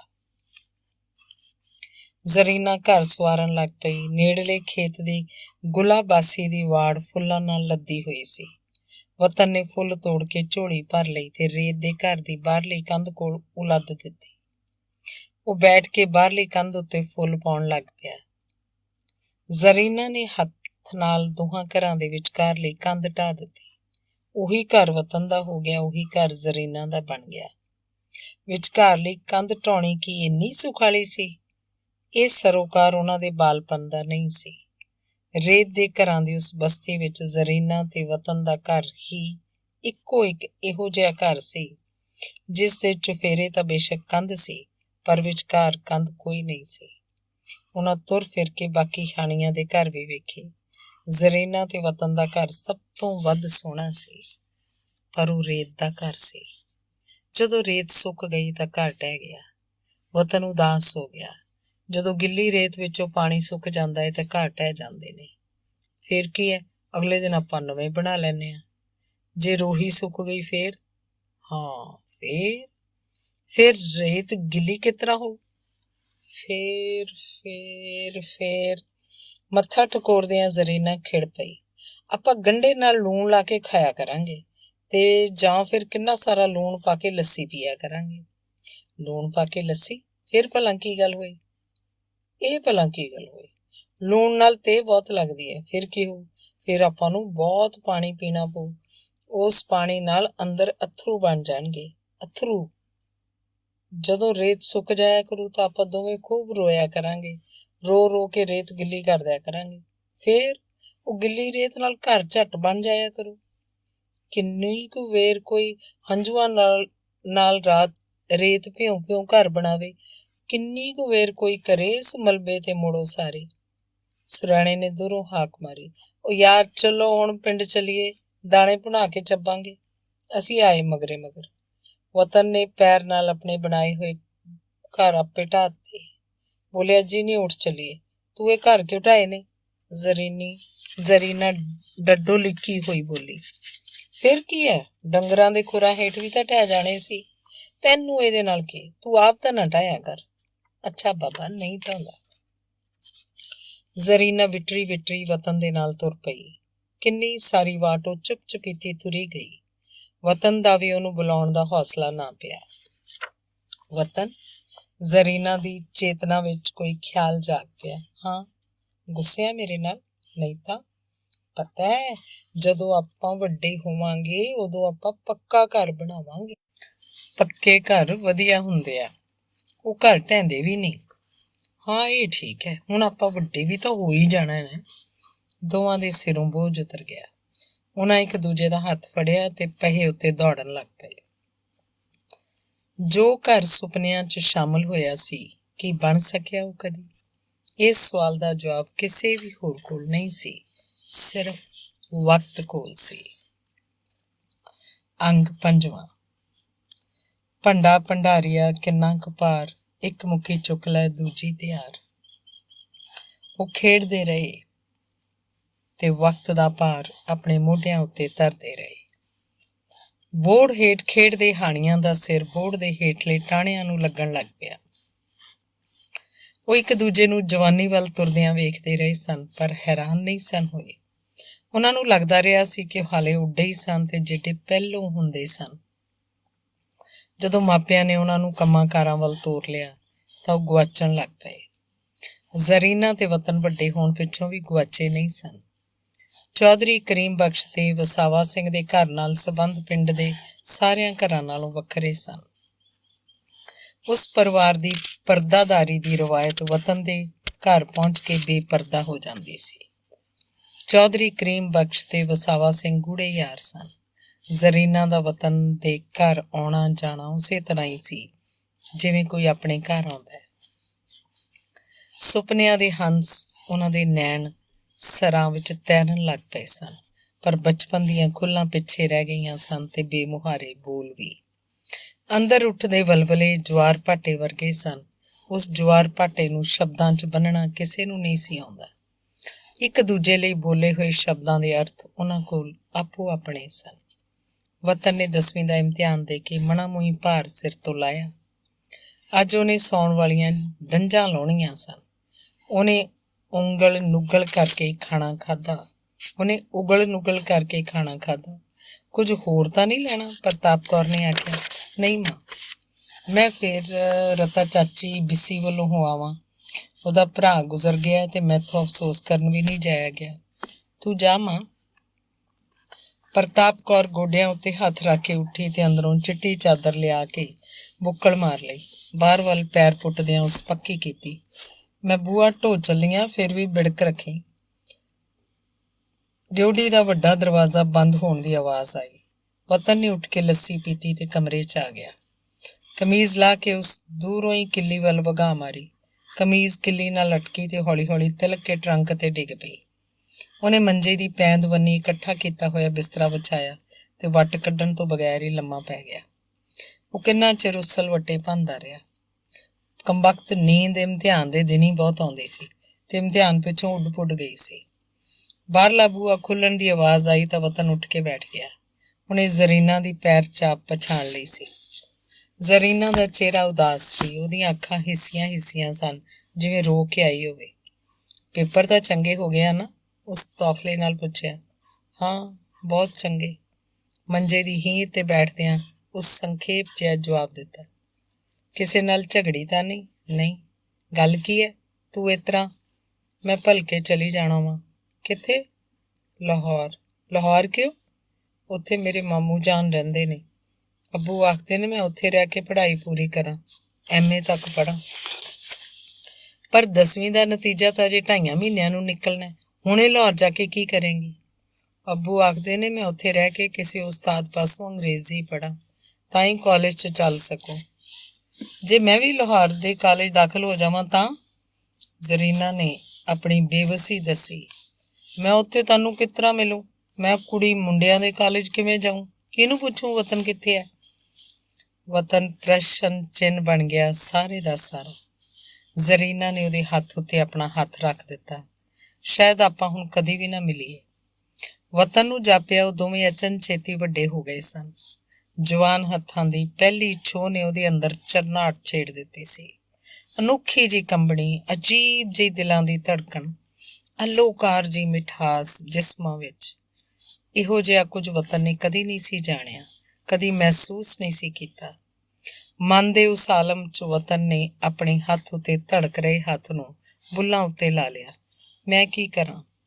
ਜ਼ਰੀਨਾ ਜਿਵੇਂ ਉਸ ਤਲਿਸਮ ਵਿੱਚੋਂ ਜਾਗ ਪਈ। ਉਹਨੇ ਆਪਣੇ ਹੱਥ ਨੂੰ ਵਤਨ ਦੇ ਹੱਥਾਂ ਵਿੱਚੋਂ ਸਰਕਾ ਲਿਆ। ਵਤਨ ਦੇ ਜਾਦੂ ਦੇ ਜਾਲ ਦੀਆਂ ਤੰਦਾਂ ਵੀ ਟੁੱਟ ਗਈਆਂ। ਉਹ ਆਪਣੇ ਆਪ ਵੱਲ ਪਰਤਿਆ ਤਾਂ ਜ਼ਰੀਨਾ ਜਾ ਚੁੱਕੀ ਸੀ। ਮੰਜੇ ਦੀ ਹੀਂਹ ਖਾਲੀ ਸੀ। ਬਾਹਰਲੇ ਬੂਹੇ ਵੱਲ ਜਾਂਦਾ ਰਾਹ ਸੁੰਨਾ ਸੀ। ਵਤਨ ਦੀ ਨੀਂਦ ਉੱਡ ਪੁੱਡ ਗਈ ਸੀ। ਉਹ ਡੌਰ ਭਰ ਹੋਇਆ ਸੁਪਨੇ ਵਰਗੇ ਸੱਚ ਵਿੱਚ ਲਹਿ ਗਿਆ ਸੀ। ਦਿਲ ਦੀ ਗੁੰਮ ਕੋਠੜੀ ਵਿੱਚ ਸੁੰਗੜੀ ਬੈਠੀ ਮੁਹੱਬਤ ਬੁੱਲ੍ਹਾਂ ਦੇ ਭਿੱਤ ਖੋਲ੍ਹ ਕੇ ਬਾਹਰ ਆ ਗਈ ਸੀ। ਕੋਈ ਉਹਦੇ ਨਾਲ ਉਦਾਸ ਸੀ, ਕੋਈ ਉਹਨੂੰ ਪਿਆਰ ਕਰਦਾ ਸੀ ਤੇ ਵਤਨ ਬਹੁਤ ਖੁਸ਼ ਸੀ। ਕਹਾਣੀ ਹੁੰਗਾਰਾ ਮਿਲਦੀ ਮੁੱਕ ਗਈ ਭਾਸਦੀ ਸੀ ਤੇ ਵਤਨ ਬਹੁਤ ਉਦਾਸ ਸੀ। ਦੋਵੇਂ ਗੱਲਾਂ ਮਿਲਾ ਕੇ ਉਹ ਖੁਸ਼ ਸੀ ਕਿ ਉਦਾਸ ਉਹਨੂੰ ਕੁਝ ਪਤਾ ਨਹੀਂ ਸੀ। ਉਹ ਖੁਸ਼ ਵੀ ਸੀ, ਉਹ ਉਦਾਸ ਵੀ ਸੀ। अंग 6वां। पौन ठहरी हुई सी ते वक्त तुर रहा सी। वतन ने मत्थे ते मुड़का पूंझिया। ਜ਼ਰੀਨਾ ਨੂੰ ਪਿੰਡੋਂ ਗਈ ਨੂੰ ਕਈ ਦਿਨ ਬੀਤ ਚੁੱਕੇ ਸਨ। ਚੌਧਰੀ ਕਰੀਮ ਬਖਸ਼ੋਂ ਨੂੰ ਨਾਨਕੇ ਛੱਡ ਕੇ ਪਿੰਡ ਮੁੜ ਆਇਆ ਸੀ। ਮਿੰਦਾ ਫੌਜ 'ਚ ਭਰਤੀ ਹੋਣ ਦੀਆਂ ਸਕੀਮਾਂ ਘੜ ਰਿਹਾ ਸੀ। ਸੁਰੈਣੇ ਨੇ ਹਲਦੀ ਜੰਗੀ ਸੰਭਾਲ ਲਈ ਸੀ। ਬਾਕੀ ਬੇਲੀ ਵੀ ਕਾਰੀ ਵਿਹਾਰੀ ਰੁੱਝ ਗਏ ਸਨ। ਇੱਕ ਇੱਕ ਕਰਕੇ ਸਾਰੇ ਰੁੱਝ ਜਾਣਗੇ ਤੇ ਫਿਰ ਕਿਰ ਜਾਣਗੇ। ਵਤਨ ਨੂੰ ਵੀ ਇੱਕ ਥਾਂ ਬੈਠ ਨਹੀਂ ਸੀ ਜਾਣਾ ਚਾਹੀਦਾ, ਤੁਰਨਾ ਚਾਹੀਦਾ ਸੀ। ਵਤਨ ਕੁਝ ਦਿਨਾਂ ਵਿੱਚ ਹੀ ਕੁਮਲਾਏ ਹੋਏ ਪੌਦੇ ਵਰਗਾ ਹੋ ਗਿਆ ਸੀ। ਉਹਦੀ ਤੇਹ ਦੇ ਨਸੀਬ ਵਿੱਚ ਪਾਣੀ ਨਹੀਂ ਸੀ। ਪਾਣੀ ਕਿੱਥੇ ਹੈ? ਉਹ ਤਿੱਖੜ ਦੁਪਹਿਰ ਵੇਲੇ ਘਰੋਂ ਨਿਕਲ ਤੁਰਿਆ। ਪਿੰਡ ਦੀ ਸੱਥ ਸੁੰਨੀ ਸੀ। ਬੋਹੜ ਵੀਰਾਨ ਸੀ। ਜੇ ਉਸ ਬੋਹੜ ਉੱਤੇ ਪਰਿੰਦੇ ਵੀ ਸਨ ਤਾਂ ਉਹਨਾਂ ਦੀ ਚਹਿਚਹਾਟ ਗੁੰਮ ਸੀ। ਉਹ ਪੱਤਿਆਂ ਉੱਲੇ ਲੁਕੇ ਹੌਂਕ ਰਹੇ ਸਨ। ਉਹ ਸੱਥ ਦੇ ਤਖਤਪੋਸ਼ ਉੱਤੇ ਬੈਠ ਗਿਆ। ਉੱਜੜੇ ਹੋਏ ਵੇਲੇ ਉੱਥੇ ਕਿਹਨੇ ਆਉਣਾ ਸੀ? ਉਹ ਉਕਤਾ ਕੇ ਰੋਹੀ ਵੱਲ ਤੁਰ ਪਿਆ। ਰੋਹੀ ਦੇ ਦੋਹਾਂ ਕਿਨਾਰਿਆਂ ਤੇ ਰੇਤ ਪਸਰੀ ਹੋਈ ਸੀ। ਉਹ ਰੇਤ ਸੁੱਕੀ ਹੋਈ ਦਿਸਦੀ ਸੀ। ਜਾਪਦਾ ਸੀ ਰੇਤ ਦਾ ਸਲਾਬਾ ਮੁੱਕ ਗਿਆ, ਪਰ ਸੁੱਕੀ ਹੋਈ ਪਰਤ ਦੇ ਹੇਠਾਂ ਰੇਤ ਸਿੱਲੀ ਸੀ। ਸੂਰਜ ਦੀ ਤਪਸ਼ ਨਾਲ ਸਲਾਬਾ ਪੜਾਸ ਮਾਰ ਰਿਹਾ ਸੀ। ਵਤਨ ਨੇ ਨਿਉ ਕੇ ਰੇਤ ਦੀ ਮੁੱਠ ਭਰੀ ਤੇ ਫਿਰ ਸੁੱਟ ਦਿੱਤੀ। ਉਹ ਵੇਲਾ ਨਿਆਣਿਆਂ ਦੇ ਰੇਤ ਉੱਤੇ ਘਰ ਘਰ ਖੇਡਣ ਦਾ ਨਹੀਂ ਸੀ। ਰੋਹੀ ਦਾ ਪਾਣੀ ਚੁੱਪ ਗੜੁੱਪ ਵਹਿ ਰਿਹਾ ਸੀ। ਉਹ ਉੱਥੋਂ ਘਰ ਮੁੜ ਆਇਆ। ਭਾਬੀ ਬਲਬੀਰ ਕੌਰ ਦੇ ਮਾਂ ਵਿਹੜੇ ਵਾਲੀ ਧਰੇਕ ਦੇ ਥੱਲੇ ਬੈਠੀਆਂ ਸੇਵੀਆਂ ਵੱਟ ਰਹੀਆਂ ਸਨ। ਉਹਨੇ ਧੁੱਪੇ ਚਾਦਰ ਵਿਛਾਈ ਹੋਈ ਸੀ ਤੇ ਚਾਦਰ ਉੱਤੇ ਛਾਪੇ ਰੱਖੇ ਹੋਏ ਸਨ। ਉਹਨਾਂ ਸੇਵੀਆਂ ਵੱਟਣ ਵਾਲੀ ਮਸ਼ੀਨ ਮੰਜੇ ਦੀ ਹੀਂਹ ਨਾਲ ਬੰਨੀ ਹੋਈ ਸੀ। ਬਲਬੀਰ ਕੌਰ ਮਸ਼ੀਨ ਨੂੰ ਗੇੜਾ ਦੇ ਰਹੀ ਸੀ। ਪ੍ਰਤਾਪ ਕੌਰ ਮਸ਼ੀਨ 'ਚੋਂ ਬਾਹਰ ਲਮਕ ਰਹੀਆਂ ਸੇਵੀਆਂ ਨੂੰ ਹੱਥ ਨਾਲ ਤੋੜ ਦਿੰਦੇ ਸੀ ਤੇ ਫਿਰ ਖਿਲਾਰ ਕੇ ਛਾਪਿਆਂ ਉੱਤੇ ਸੁੱਟ ਦਿੰਦੇ ਸੀ। ਕੁਝ ਸੇਵੀਆਂ ਛਾਪਿਆਂ ਤੇ ਅਟਕ ਜਾਂਦੀਆਂ ਸਨ ਤੇ ਕੁਝ ਟੁੱਟ ਕੇ ਹੇਠਾਂ ਵਿਛੀ ਚਾਦਰ ਤੇ ਡਿੱਗ ਪੈਂਦੀਆਂ ਸਨ। ਵਤਨ ਨੂੰ ਵੇਖ ਕੇ ਬਲਬੀਰ ਕੌਰ ਨੇ ਮਸ਼ੀਨ ਰੋਕ ਦਿੱਤੀ। ਪਾਣੀ ਦੇਵਾਂ? ਹਾਂ। ਕਿੱਥੋਂ ਆਇਆ ਇਸ ਵੇਲੇ ਮਟਰ ਗਸ਼ਤੀ ਕਰਦਾ? ਪ੍ਰਤਾਪ ਕੌਰ ਨੇ ਪੁੱਛਿਆ। ਮੈਂ ਬਸ ਉਹੀ। ਵੇਖ ਧੁੱਪ ਨਾਲ ਕਿਤਰਾ ਮੂੰਹ ਸੂਹਾ ਹੋਇਆ ਪਿਆ। ਬਿਲਕੁਲ ਬਾਂਦਰ ਦੀ ਢੂਈ ਵਰਗਾ। ਬਲਬੀਰ ਕੌਰ ਨੇ ਟਿੱਚਰ ਕੀਤੀ। ਵੇਖ ਲੈ ਮਾਂ, ਭਾਬੀ ਮੈਨੂੰ। ਪ੍ਰਤਾਪ ਕੌਰ ਨੇ ਮਿੱਠਾ ਜਿਹਾ ਝਿੜਕਿਆ। ਕੁੜੇ, ਖਬਰਦਾਰ ਮੇਰੇ ਹੀਰੇ ਵਰਗੇ ਪੁੱਤ ਨੂੰ ਕੁਝ ਕਿਹਾ ਤਾਂ। ਬਲਬੀਰ ਕੌਰ ਹੱਸੀ। ਮਾਂ, ਮੇਰਾ ਦਿਓਰ ਦੀਂਦਾ ਤਾਂ ਸੂਰਜ ਵਾਂਗੂ ਹੈ, ਸੂਹਾ ਦਗ ਦਗ ਕਰਦਾ, ਪਰ ਮੈਂ ਸੋਚਿਆ ਨਜ਼ਰ ਨਾ ਲੱਗ ਜਾਏ। ਬਲਬੀਰ ਕੌਰ ਨੇ ਉੱਠ ਕੇ ਘੜੇ 'ਚੋਂ ਪਾਣੀ ਦਾ ਗਲਾਸ ਭਰਿਆ ਤੇ ਲਿਆ ਕੇ ਵਤਨ ਨੂੰ ਫੜਾ ਦਿੱਤਾ। ਵਤਨ ਨੇ ਪਾਣੀ ਦਾ ਗਲਾਸ ਪੀ ਕੇ ਪਰਾਂ ਰੱਖ ਦਿੱਤਾ। ਤੇਰਾ ਬਾਪੂ ਤੇ ਸ਼ਰਨਾਗਤ ਰੋਟੀ ਖਾ ਕੇ ਹੁਣੇ ਬਾਹਰ ਗਏ ਨੇ। ਬਾਪੂ ਤੇਰੇ ਬਾਰੇ ਪੁੱਛਦਾ ਸੀ, ਪ੍ਰਤਾਪ ਕੌਰ ਨੇ ਦੱਸਿਆ। ਮੇਰੇ ਬਾਰੇ? ਹਾਂ, ਤੇਰਾ ਪਿਓ ਤੇ ਭਰਾ ਸਾਰਾ ਦਿਨ ਮਿੱਟੀ ਨਾਲ ਮਿੱਟੀ ਹੋਏ ਰਹਿੰਦੇ ਨੇ। ਹੁਣ ਤੂੰ ਵੀ ਤਾਂ ਕੁਝ ਕਰ। ਮੈਂ ਕੀ ਸੋਚਾਂ? ਤੂੰ ਹੁਣ ਪੜ੍ਹਾਈ ਵੀ ਪੂਰੀ ਕਰ ਲਈ ਹੈ, ਸੁੱਖ ਨਾਲ ਜਵਾਨ ਹੋ ਗਿਆ। ਹੁਣ ਖੇਤਾਂ 'ਚ ਪਿਓ ਤੇ ਭਰਾ ਨਾਲ ਹੱਥ ਵਟਾਇਆ ਕਰ। ਨਹੀਂ ਮਾਂ, ਮੈਂ ਹੋਰ ਪੜ੍ਹਨਾ। ਹੋਰ ਪੜ੍ਹਨਾ? ਬਲਬੀਰ ਕੌਰ ਨੇ ਮੈਦੇ ਦਾ ਆਖਰੀ ਪੇੜਾ ਮਸ਼ੀਨ 'ਚ ਪਾਇਆ ਤੇ ਮਸ਼ੀਨ ਨੂੰ ਗੇੜਾ ਦੇਣ ਲੱਗ ਪਈ। ਹੇਠਾਂ ਲਮਕਾਈਆਂ ਸੇਵੀਆਂ ਤੋੜ ਕੇ ਉਹ ਆਪ ਹੀ ਛਾਪੇ ਉੱਤੇ ਖਿਲਾਰ ਆਈ। ਵਾਪਸ ਆ ਕੇ ਉਹ ਮੰਜੇ ਦੀ ਹੀਂਹ ਤੇ ਬੈਠ ਗਈ। ਦਾਈਏ ਨਾਲ ਬੋਲੀ, ਮਾਂ, ਜੇ ਮੇਰੀ ਗੱਲ ਮੰਨੇ ਤਾਂ ਆਪਾਂ ਵਤਨ ਦਾ ਵਿਆਹ ਕਰ ਦਈਏ। ਪ੍ਰਤਾਪ ਕੌਰ ਨੂੰ ਨੂੰਹ ਦੀ ਗੱਲ ਉਸੇ ਪਲ ਭਾ ਗਈ। ਉਸ ਆਖਿਆ, ਬਲਬੀਰੇ ਧੀਏ, ਵਤਨ ਤੇਰਾ ਲਾਡਲਾ ਦਿਓਰ ਹੈ, ਤੂੰ ਹੀ ਲੱਭ ਕੋਈ ਚੰਗਾ ਸਾਕ। ਇਹਦੇ ਬਾਪੂ ਨੂੰ ਮੈਂ ਮਨਾ ਲੂ। ਨਹੀਂ ਮਾਂ, ਹੁਣ ਤੂੰ ਬਹੁਤਾ ਚਬੜ ਨਾ ਕਰ। ਤੈਨੂੰ ਭੁੱਖ ਲੱਗੀ ਹੋ, ਪੀਪੇ 'ਚੋਂ ਪੰਜੀਰੀ ਕੱਢ ਕੇ ਖਾ ਲੈ। ਢੱਕਣ ਚੰਗੀ ਤਰ੍ਹਾਂ ਬੰਦ ਕਰ ਦੇਈਂ, ਨਹੀਂ ਤਾਂ ਕੀੜੀਆਂ ਚੜ੍ਹਨਗੀਆਂ। ਮੈਂ ਚਾਹ ਬਣਾਉਣ ਲੱਗੀ ਹਾਂ, ਤੂੰ ਚਾਹ ਪੀ ਕੇ ਬਾਪੂ ਤੇ ਭਰਾ ਲਈ ਵੀ ਲੈ ਜਾਈਂ। ਪ੍ਰਤਾਪ ਕੌਰ ਗੋਡਿਆਂ ਉੱਤੇ ਹੱਥ ਰੱਖ ਕੇ ਉੱਠੀ ਤੇ ਚੌਂਕੇ ਵੱਲ ਤੁਰ ਪਈ। ਬਲਬੀਰ ਕੌਰ ਨੇ ਉੱਠ ਕੇ ਛੀਟੀਆਂ ਦਾ ਮਗਰਾ ਚੁੱਕਿਆ ਤੇ ਚੌਂਕੇ 'ਚ ਲਿਆ ਧਰਿਆ। ਅੰਗ 7ਵਾਂ। ਸਵੇਰ ਦੀ ਨੀਂਦ ਹਮੇਸ਼ਾ ਵਾਂਗ ਗੂੜੀ ਤੇ ਮਿੱਠੀ ਸੀ। ਮਾਂ ਨੇ ਘੂਕ ਸੁੱਤੇ ਹੋਏ ਨੂੰ ਚੌਂਕੇ 'ਚੋਂ ਹਾਕ ਮਾਰੀ, ਪਰ ਵਤਨ ਟਸ ਤੋਂ ਮਸ ਨਹੀਂ ਸੀ ਹੋਇਆ। ਪ੍ਰਤਾਪ ਕੌਰ ਉੱਠ ਕੇ ਗਈ ਤੇ ਉਹਦੇ ਮੰਜੇ ਦੀ ਹੀਂਹ ਤੇ ਬੈਠ ਗਈ। ਉਹਨੇ ਵਤਨ ਦੇ ਮੱਥੇ ਤੇ ਹੱਥ ਫੇਰਿਆ ਤੇ ਫਿਰ ਉਹਨੂੰ ਹਲੂਣਿਆ। ਉੱਠ ਮੇਰਾ ਲਾਡਲਾ ਪੁੱਤ, ਉੱਠ, ਸੋਮਨ ਹੋ। ਸੋਮਨ? ਇਹ ਸੋਮਨ ਕੀ ਹੁੰਦਾ? ਪਿੰਡ ਦੀਆਂ ਸਾਰੀਆਂ ਮਾਵਾਂ ਆਪਣੇ ਸੁੱਤਿਆਂ ਪੁੱਤਾਂ ਨੂੰ ਜਗਾਉਣ ਲਈ ਇਹੋ ਸ਼ਬਦ ਵਰਤਦੀਆਂ। ਇੱਕ ਦਿਨ ਵਤਨ ਨੇ ਕਿਹਾ, ਪਤਾ ਮਾਂ, ਜੀਨੀ ਦਾ ਨਿੱਕੀ ਹੁੰਦੀ ਦਾ ਨਾਂ ਸੋਮਨ ਹੁੰਦਾ ਸੀ। ਫਿਰ ਉਹਦੀ ਅੰਮੀ ਨੇ ਬਦਲ ਦਿੱਤਾ। ਚੰਗੀ ਤਰ੍ਹਾਂ ਜਾਗਣਾ ਵੀ ਸੋਮਨ ਹੋਣਾ ਹੁੰਦਾ ਹੈ। ਇਹ ਭਲਾ ਕੀ ਗੱਲ ਹੋਈ? ਪ੍ਰਤਾਪ ਕੌਰ ਨੂੰ ਸੋਮਨ ਦੇ ਅਰਥ ਨਹੀਂ ਸਨ ਆਉਂਦੇ। ਵਸਾਵਾ ਸਿੰਘ ਨੂੰ ਵੀ ਕੁਝ ਪਤਾ ਨਹੀਂ ਸੀ। ਉਹਨੇ ਕਰੀਮ ਬਖਸ਼ ਨੂੰ ਪੁੱਛਿਆ, ਵਤਨ ਦੱਸਦਾ ਸੀ ਜ਼ਰੀਨਾ ਦਾ ਪਹਿਲਾ ਨਾਂ ਸੋਮਨ ਹੁੰਦਾ ਸੀ। ਹਾਂ, ਕਿਉਂ? ਫਿਰ ਬਦਲ ਕਿਉਂ ਦਿੱਤਾ? ਕਰੀਮ ਬਖਸ਼ ਹੱਸਿਆ ਸੀ। ਸੋਮਨ ਨਾਂ ਜ਼ਰੀਨਾ ਦੇ ਮਾਮੂ ਨੇ ਰੱਖਿਆ ਸੀ। ਜ਼ੀਨਤ ਦੇ ਮੂੰਹ ਨਹੀਂ ਸੀ ਚੜ੍ਹਦਾ ਇਹ ਨਾਂ। ਉਹ 100 ਮਣ ਕਹਿ ਦਿੰਦੀ ਸੀ। ਇਸ ਕਰਕੇ ਸਾਨੂੰ ਨਾਂ ਬਦਲਣਾ ਪਿਆ। ਸੋਮਨ ਦਾ ਮਾਨਾ ਕੀ ਹੁੰਦਾ? ਸੋਮਨ ਫਾਰਸੀ ਦਾ ਲਫ਼ਜ਼ ਹੈ। ਇਹਦਾ ਮਤਲਬ ਹੁੰਦਾ ਫੁੱਲ ਵਾਂਗ ਖਿੜਨਾ। ਕਰੀਮ ਬਖਸ਼ ਨੇ ਖੁਲਾਸਾ ਕੀਤਾ ਸੀ। ਬਹੁਤ ਖੂਬ। ਨਾਂ ਬਦਲਣ ਨਾਲ ਕੀ ਫਰਕ ਪੈਂਦਾ? ਫੁੱਲ ਵਾਂਗ ਤਾਂ ਜ਼ੀਨੀ ਹੁਣ ਵੀ ਖਿੜੀ ਹੋਈ ਹੈ। ਵਸਾਵਾ ਸਿੰਘ ਨੇ ਤਾਰੀਫ ਕੀਤੀ। ਹੁਣ ਵਤਨ ਭਾਵੇਂ ਸੁੱਤਾ ਵੀ ਰਹੇ, ਉਹਨੂੰ ਸੋਮਨ ਦਾ ਮਾਨਾ ਆਉਂਦਾ ਸੀ। ਘਰ ਦੇ ਬਾਕੀ ਜੀਆਂ ਲਈ ਵੀ ਸੋਮਨ ਦੇ ਅਰਥ ਓਪਰੇ ਨਹੀਂ ਸਨ ਰਹੇ। ਠੱਠੀ ਜੈਮਲ ਸਿੰਘ 'ਚ ਮੁਸਲਮਾਨਾਂ ਦੀ ਆਬਾਦੀ ਬਹੁਤੀ ਨਹੀਂ ਸੀ, ਪਰ ਸਾਰਿਆਂ ਰਲ ਕੇ ਪੱਕੀ ਮਸੀਤ ਉਸਾਰ ਲਈ ਸੀ। ਨਿੱਕੀ ਜਿਹੀ ਮਸੀਤ ਉਹਨਾਂ ਦੇ ਨਮਾਜ਼ ਪੜ੍ਹਨ ਲਈ ਬਹੁਤ ਸੀ। ਤੜਕਸਾਰ ਮਸੀਤ ਵਿੱਚੋਂ ਆਜ਼ਾਨ ਸੁਣਦੀ ਸੀ, ਅੱਲਾਹੂ ਅਕਬਰ, ਅੱਲਾਹੂ ਅਕਬਰ, ਅੱਲਾਹੂ ਅਕਬਰ, ਅੱਲਾਹੂ ਅਕਬਰ।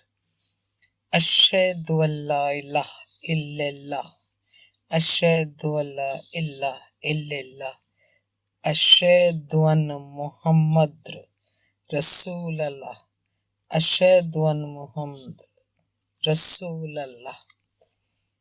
ਹਯ ਅਲ ਸਲਾਹ, ਹਯ ਅਲ ਸਲਾਹ, ਹਯ ਅਲ ਫਲਾਹ, ਹਯ ਅਲ ਫਲਾਹ।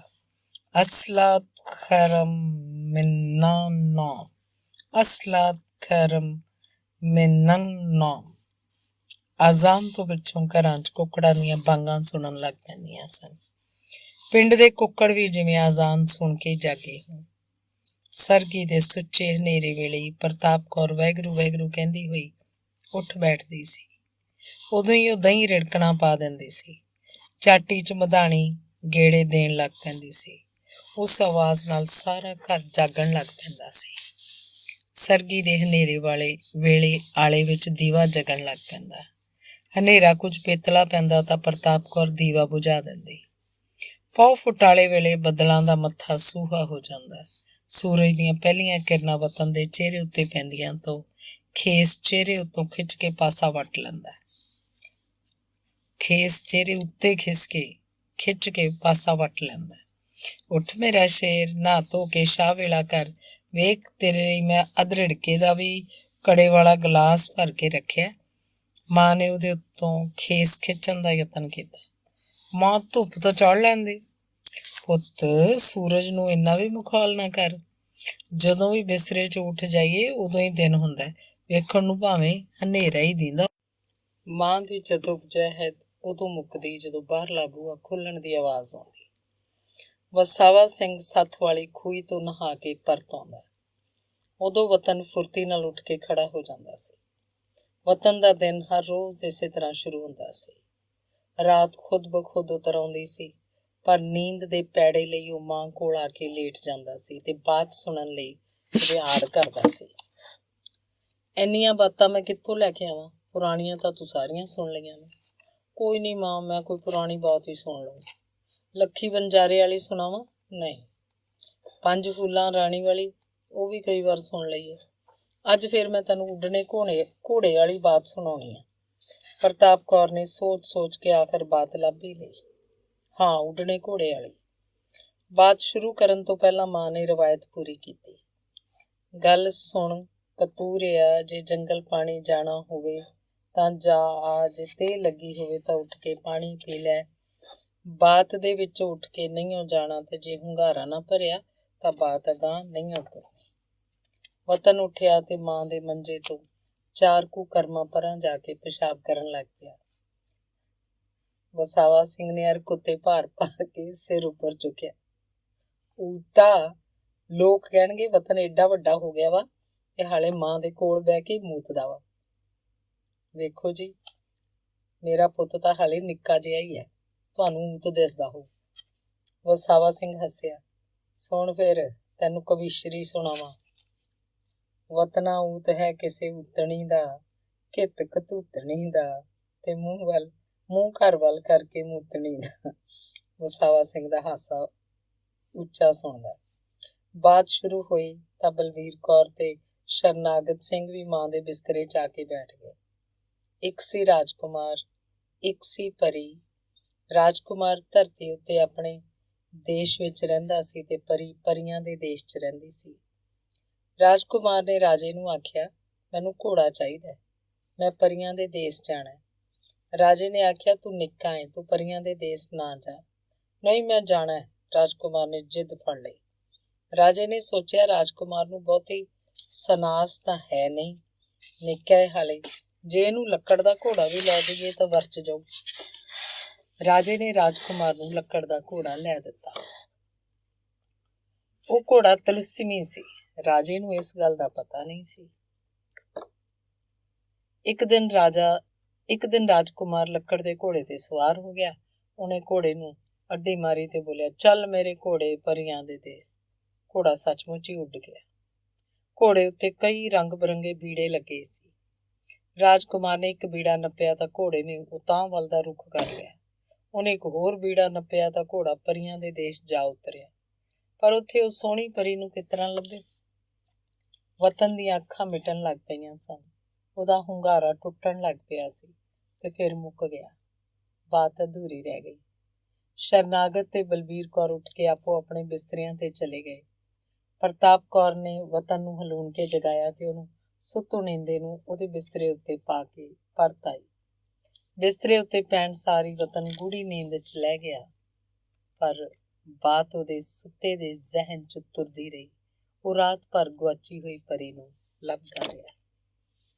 ਅੰਗ 8ਵਾਂ। ਲੱਕੜ ਦਾ ਘੋੜਾ ਉਹਦੀ ਕਲਪਨਾ 'ਚ ਦੌੜਦਾ ਰਿਹਾ। ਉਸ ਘੋੜੇ ਉੱਤੇ ਬੈਠ ਕੇ ਰਾਜਕੁਮਾਰ ਉਸ ਪਰੀ ਤੱਕ ਪਹੁੰਚ ਵੀ ਸਕਿਆ ਸੀ ਕਿ ਨਹੀਂ, ਵਤਨ ਨੂੰ ਕੁਝ ਪਤਾ ਨਹੀਂ ਸੀ। ਉਹ ਵੇਲਾ ਆਉਣ ਤੋਂ ਪਹਿਲਾਂ ਹੀ ਗੂੜੀ ਨੀਂਦ 'ਚ ਲੈ ਗਿਆ ਸੀ। ਹੁਣ ਵਤਨ ਜਦੋਂ ਜਾਗਦੀਆਂ ਅੱਖਾਂ ਨਾਲ ਘੋੜੇ ਨੂੰ ਦੌੜਦਿਆਂ ਵੇਖ ਰਿਹਾ ਸੀ ਤਾਂ ਉਹਨੇ ਪਰੀ ਦੇ ਸ਼ਹਿਰ ਜਾਣ ਦਾ ਰਾਹ ਲੱਭ ਲਿਆ। ਉਹਦਾ ਅੱਗੇ ਪੜਨ ਦਾ ਵਿਚਾਰ ਲਹਿਰਾਂ ਉੱਤੇ ਠਹਿਰੀ ਬੇੜੀ ਵਾਂਗ ਡੋਲਦਾ ਰਿਹਾ ਸੀ। ਅਚਾਨਕ ਉਸ ਬੇੜੀ ਨੂੰ ਕਿਨਾਰੇ ਦੀ ਤਲਬ ਜਾਗ ਪਈ ਸੀ। ਪਰੀ ਉਸੇ ਸ਼ਹਿਰ ਵਿੱਚ ਸੀ ਜਿੱਥੇ ਉਹ ਪੜਨ ਜਾਣਾ ਚਾਹੁੰਦਾ ਸੀ। ਲਹਿਰਾਂ ਬੇੜੀ ਨੂੰ ਕਿਤੇ ਕਿਨਾਰੇ ਨਾਲੋਂ ਤੋੜ ਹੀ ਨਾ ਦੇਣ। ਉਹ ਕਾਹਲੀ ਨਾਲ ਉੱਠਿਆ। ਪ੍ਰਤਾਪ ਕੌਰ ਪੀੜੀ ਉੱਤੇ ਬੈਠੀ ਸੂਤ ਢੇਰ ਰਹੀ ਸੀ। ਉਹਨੇ ਜਾ ਕੇ ਬਾਹਾਂ ਮਾਂ ਦੁਆਲੇ ਵਲਾ ਦਿੱਤੀਆਂ। ਮਾਂ ਨੇ ਢੇਰਨਾ ਪਰਾਂ ਰੱਖ ਦਿੱਤਾ। ਹਾਂ ਮੇਰਾ ਹੀਰਾ, ਅੱਜ ਤਾਂ ਮਾਂ ਨਾਲ ਕੋਈ ਖਾਸ ਹੀ ਕੰਮ ਹੈ। ਮਾਂ ਮੈਂ ਪੜ੍ਹਨਾ, ਇਹ ਤਾਂ ਤੂੰ ਪਹਿਲੋਂ ਵੀ ਕਈ ਵਾਰ ਆਖਿਆ। ਹੁਣ ਤਾਂ 100 ਵਿਸਵੇ ਪੱਕਾ ਵਾ, ਤੂੰ ਬਾਪੂ ਨੂੰ ਮਨਾ ਦੇ ਮਾਂ। ਪ੍ਰਤਾਪ ਕੌਰ ਨੇ ਵਤਨ ਦੇ ਚਿਹਰੇ ਉੱਤੋਂ ਸੱਚ ਦੀ ਇਬਾਰਤ ਪੜ੍ਹੀ ਤੇ ਫਿਰ ਬੋਲੀ, ਮੈਂ ਤੇਰੇ ਬਾਪੂ ਨਾਲ ਗੱਲ ਕਰੂੰ। ਵਸਾਵਾ ਸਿੰਘ ਆਪਣੇ ਪੁੱਤਰ ਬਾਰੇ ਹੋਰ ਬੜਾ ਕੁਝ ਸੋਚਦਾ ਸੀ, ਪਰ ਉਹ ਬਿਲਕੁਲ ਵੀ ਨਹੀਂ ਸੀ ਸੋਚਦਾ ਕਿ ਲਾਹੌਰ ਜਾ ਕੇ ਕਾਲਜ 'ਚ ਪੜ੍ਹੇ। ਸਭ ਤੋਂ ਵੱਧ ਵਾਜਬ ਗੱਲ ਵਿਸਾਖਾ ਸਿੰਘ ਨੂੰ ਇਹ ਲੱਗਦੀ ਕਿ ਵਤਨ ਪੁਲਿਸ 'ਚ ਸਿਪਾਹੀ ਨਾਵੇਂ ਭਰਤੀ ਹੋ ਜਾਏ। ਜੱਟ ਦਾ ਵਾਹ ਵਾਸਤਾ ਤਾਂ ਪੁਲਿਸ ਨਾਲ ਰਹਿੰਦਾ ਹੀ ਹੈ। ਉਹ ਸਿਰਫ ਵਸਾਵਾ ਸਿੰਘ ਦਾ ਹੀ ਨਹੀਂ, ਸਗੋਂ ਸਾਰੇ ਸਕਿਆਂ ਸੋਧਰਿਆਂ ਦਾ ਵੀ ਆਸਰਾ ਬਣੇ। ਵਸਾਵਾ ਸਿੰਘ ਨੇ ਆਪਣੇ ਯਾਰ ਕਰੀਮ ਬਖਸ਼ ਨਾਲ ਗੱਲ ਕੀਤੀ ਤਾਂ ਉਹਨੇ ਵਸਾਵਾ ਸਿੰਘ ਦਾ ਇਰਾਦਾ ਪੋਇਆ ਨਹੀਂ। ਉਹਦੀ ਨਜ਼ਰ 'ਚ ਪੁਲਿਸ ਦਾ ਕਿੱਤਾ ਪੜ੍ਹਿਆਂ ਲਿਖਿਆਂ ਵਾਲਾ ਨਹੀਂ ਸੀ। ਜੇ ਵਤਨ ਪਟਵਾਰੀ ਹੋ ਜਾਏ ਤਾਂ ਕੁਲਾਂ ਸੌਰ ਸਕਦੀਆਂ ਸਨ। ਵਤਨ ਇੱਕੋ ਗੱਲ ਉੱਤੇ ਅੜਿਆ ਹੋਇਆ ਸੀ, ਮੈਂ ਪੜ੍ਹਨਾ। ਮਾਂ ਨੇ ਹਾਮੀ ਭਰ ਦਿੱਤੀ ਸੀ। ਇੱਕ ਇੱਕ ਕਰਕੇ ਘਰ ਦੇ ਬਾਕੀ ਜੀਆਂ ਦਾ ਹੁੰਗਾਰਾ ਹਾਂ 'ਚ ਬਦਲ ਗਿਆ ਤਾਂ ਵਸਾਵਾ ਸਿੰਘ ਵੀ ਝੌਂ ਗਿਆ। ਪਰ ਉਹਨੂੰ ਇਹ ਪਤਾ ਨਹੀਂ ਸੀ ਕਿ ਵਤਨ ਨੂੰ ਅਗਲੀ ਪੜ੍ਹਾਈ ਲਈ ਕਿੱਥੇ ਦਾਖਲ ਕਰਾਉਣਾ ਹੈ ਤੇ ਕਿਸ ਤਰ੍ਹਾਂ ਦਾਖਲ ਕਰਾਉਣਾ। ਚੌਧਰੀ ਕਰੀਮ ਬਖਸ਼ ਦੇ ਸਾਲੇ ਪੜ੍ਹੇ ਹੋਏ ਸਨ। ਉਹ ਸ਼ਹਿਰ 'ਚ ਰਹਿੰਦੇ ਸਨ। ਉਹ ਪੜ੍ਹਾਈ ਦਾ ਮਹੱਤਵ ਜਾਣਦੇ ਸਨ। ਜ਼ਰੀਨਾ ਨੂੰ ਕੋਲ ਰੱਖ ਕੇ ਪੜ੍ਹਾਉਣ ਲਈ ਉਹਨਾਂ ਹੀ ਜ਼ੋਰ ਪਾਇਆ ਸੀ। ਚੌਧਰੀ ਕਰੀਮ ਬਖਸ਼ ਉਹਦੀ ਸਹਾਇਤਾ ਲਈ ਦੌੜ ਸਕਦਾ ਸੀ।